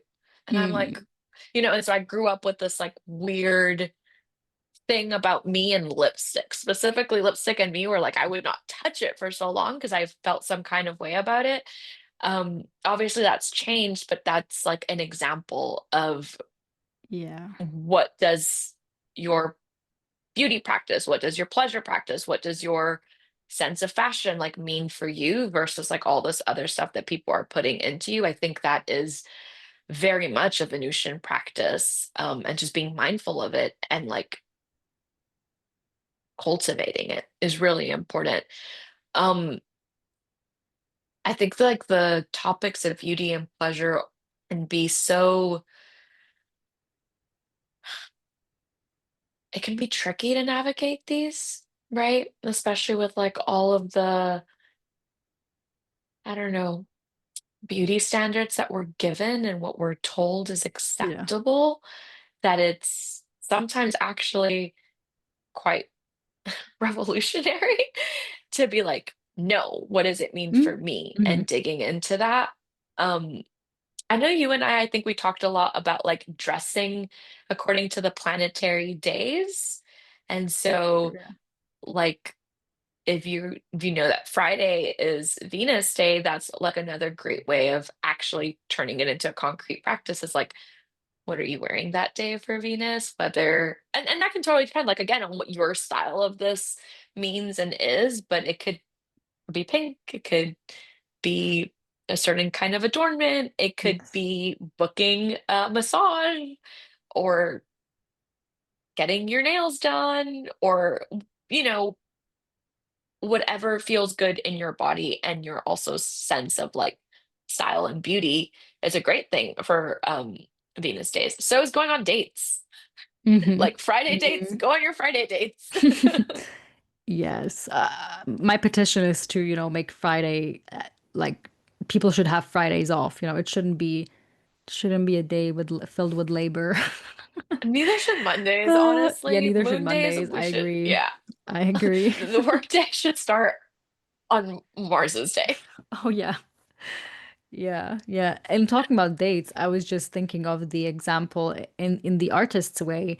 There's a practice that they suggest, which is about basically going on your own artist dates. So with yourself, not with somebody else, and your Yeah, creativity, which is just making time and space to be like, I'm gonna do something. I'm gonna, I don't know, take a course on cooking, whatever, go to the yeah, movies, make room for that. I think, nowadays it's hard to be fully present in that moment because everything constantly on social media and it's I mean, even for me, like I'm not above this, but it's hard for me to go somewhere like and shut things off and be like present in yeah. the moment. But that is a Venusian practice, like going on your like Yes. making picnic just for you, baking a cake, all of that is Venusian, j just for the sake of making life cooler, because again, like you don't have to Yeah, do that, but it's so much more enjoyable if you do. And it's also radical. And I'm also thinking of the book Pleasure Activism. I forgot the yeah, name. Do you know yes. the name right now of the I author? cannot rename. I'll look it up, But maybe. that for me, that is like that's a lot of Venus is very radical in especially capitalism. Venus is like a middle finger to capitalism in a lot of ways because it's like no, actually rest is and I don't even like to use the word productive. Gosh, like I want to scratch that word. But just like I know. rest is revolutionary, like true rest. Not laying on the bed and Yeah. scrolling your phone, like actually resting in nature without all of Yes. that. That is yeah, a big middle finger to living in a society that is constantly focused on output and capitalizing on everything. Like, Venus is like, have the hobby for your own sake. You don't have to make money for it. Yes. Yeah. The author, Pleasure Activism by Adrienne Brown. Oh, Adrian Brown. Yes. Yes. Adrienne Marie Brown. Yeah, 100%. Like I the I mean the fifth house is under the horizon, right? It is Yes. and it's Yes. Venus temple. It is meant to it doesn't necessarily need to go anywhere, right? Pleasure for pleasure's sake is revolutionary, and pleasure for pleasure's sake is Venusian. Um, I mean, there are, I mean, sex on Fridays, if that's your thing. If you're like, I Yes. like sex and I'm in a sexual relationship, great day, it's Friday. That could be a Venus ritual as well, right? That could also be cell sex, like solo sex. It doesn't have to be partnered either, right? There's yeah, like I think that if I were to like leave folks with a takeaway, it's like the way to embody Venus is definitely about pleasure as a radical act. And I would also take it like a step further and be like, it's about cosmic harmony and like how Mhm. you can move within that structure or framework so that you are in harmony as best as can be with your friends, your loved ones, your animals, your plants, the earth. Um, and like also remembering, especially in those hard times, that like pleasure for pleasure's sake is important. It is literally part of why we live here. It's part of like the human experience, and we shouldn't just throw it away for all these other things that are always grabbing our attention. Yeah. Agreed. Well, Yeah. I do think that's good. I think that's great to yeah, to read the Orphic hymn and then kind of bring this to close. Yeah. Okay. All Yeah, so I right. make all my Well, guests read the Orphic hymns, by the way. yeah, Yeah, the Venus one is the longest, by the way. It's pretty that's darn okay. long. But I love it. It's probably the one that I use the most, just because it's so Venusian in and of itself to recite a Yeah, hymn. Um, it yeah. is. Yeah. Okay. Here we go. Heavenly, illustrious, laughter loving queen, sea-born, night loving, of an awful mean. Crafty from whom necessity first came, producing nightly all connecting thee. 'Tis thine the world with harmony to join, for all things spring from thee, O power divine.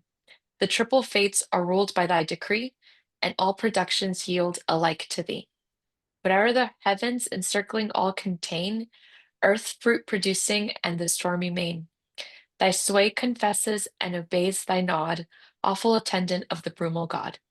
Goddess of marriage, charming to the sight, mother of loves, whom banquetings delight. Source of persuasion, secret favoring queen, illustrious born, apparent and unseen. Spousal to Perkle and to men inclined, prolific, most desired, life-giving kind. Great scepter bearer of the gods, 'tis thine, mortals in necessary bands to join, and every tribe of savage monsters dire in magic chains to bind through mad desire.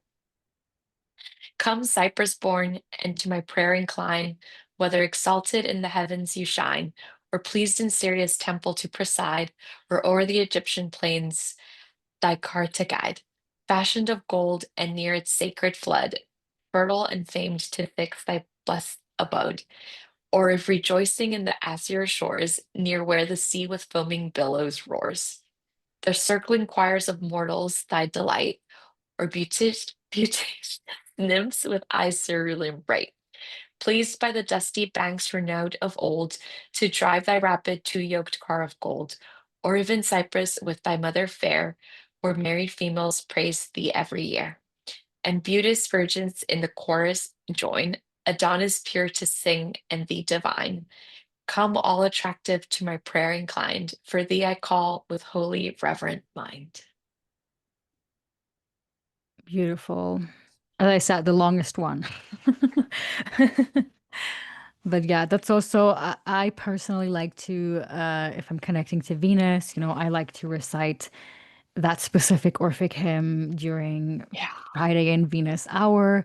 I think it's just such a nice gesture to like keep the planets in remembrance in some sort Yeah. of way. Yeah, and I feel like, I feel like there's a whole video I could just do like unpacking the Orphic hymns because there's like every sentence there, like so much I to say about that. know. I know. I think it does a great job. Like, this is another great way, also, just like if relating to Venus feels or understanding Venus feels difficult, like that hymn is so rich, you Yeah. know? Yeah, It's yeah, so and then you can rich. just talk to Venus. Like I say that to people every time if they're, I mean, usually people are blaming like Saturn, but if for whatever reason you're blaming your natal Venus, like talk to Venus, like Yeah. talk to be like, what are you trying to show me? What is the gifts you're trying to offer to me? Like planets love when we talk to them. And they're often symbolic of our inner parts. So it's like we're talking to our own inner parts as well. And that can be very healing in and of itself. Just kind of bring them to the forefront and give them a new understanding and place to be present in our life. So if they're any difficult with Venus, like just talk to her. Say all the Yeah. things that you're scared of and just talk to her. Yeah. That's 100% correct. Well, this is so lovely. Great. Yeah, great. Well, we're coming to an end. I think this will be probably the longest episode up to date. Which is funny, right? Like I already did the Sun and Mars. I feel like they were so long. I'm like, this is even longer. But it's okay. We were devotionally worshiping Venus. So yeah. Let me know where can people find you if they want to find you and stay connected. Yeah, the easiest way is on my website. It's theenergywitch.com. So the and then energy that has two E's, theenergywitch.com. I'm also on Instagram. I am on like not so much anymore, also on formerly known as Twitter. So that I have there too. And I'm definitely on Blue Sky and Threads too. Um, yeah, my books are actually full and closed up until January. So, if folks are looking for a reading from me, like it's not going to be a New Year thing. Um, but yeah, my website is theenergywitch.com. My Instagram is theenergy.witch. So that's also great. And my email is Aida, theenergywitch@gmail.com. But yeah, I mean, I'd love to hear from folks, and that's where they can find me. Mainly I do astrology and tarot readings, but just shoot me a message if there's something you want to talk about or if you have questions.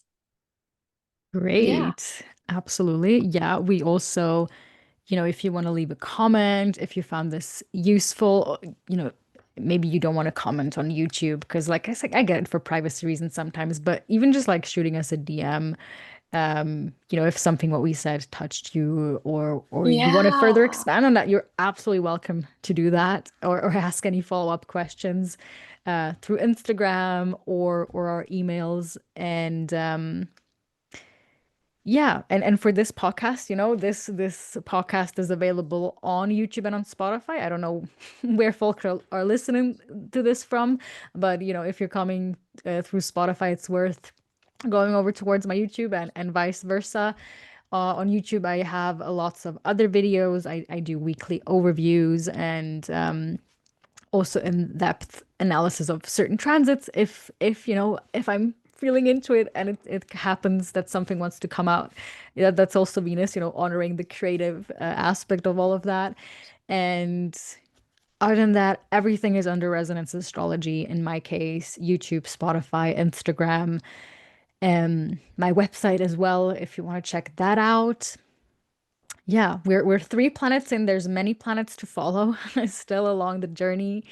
And yeah, you can follow that by subscribing and liking this video and just keeping up to date. Uh, is there anything else that I want to say? I don't think so. But yeah, I'm excited if for everyone that's come along this journey and even just sharing this video if you found it useful to somebody else that wants to listen to this. I'm always careful. I'm like, are the people that want to do that here by the end of this video, are they going to listen to that part? I don't know. But if you are here, like super appreciative if you shout us out in any sort of way. It helps out more than you know. And yeah, there's nothing more that I Mhm. have to add. Thank you so much for being here. It was a pleasure to have you on with me for the Venus episode. Um, yeah, is there any closing words you want to add? No, it was great to be here with you and thank you for inviting me. And I hope this helps people on their Venus journey. Great, absolutely. Well, Yeah. goodbye, guys. Bye.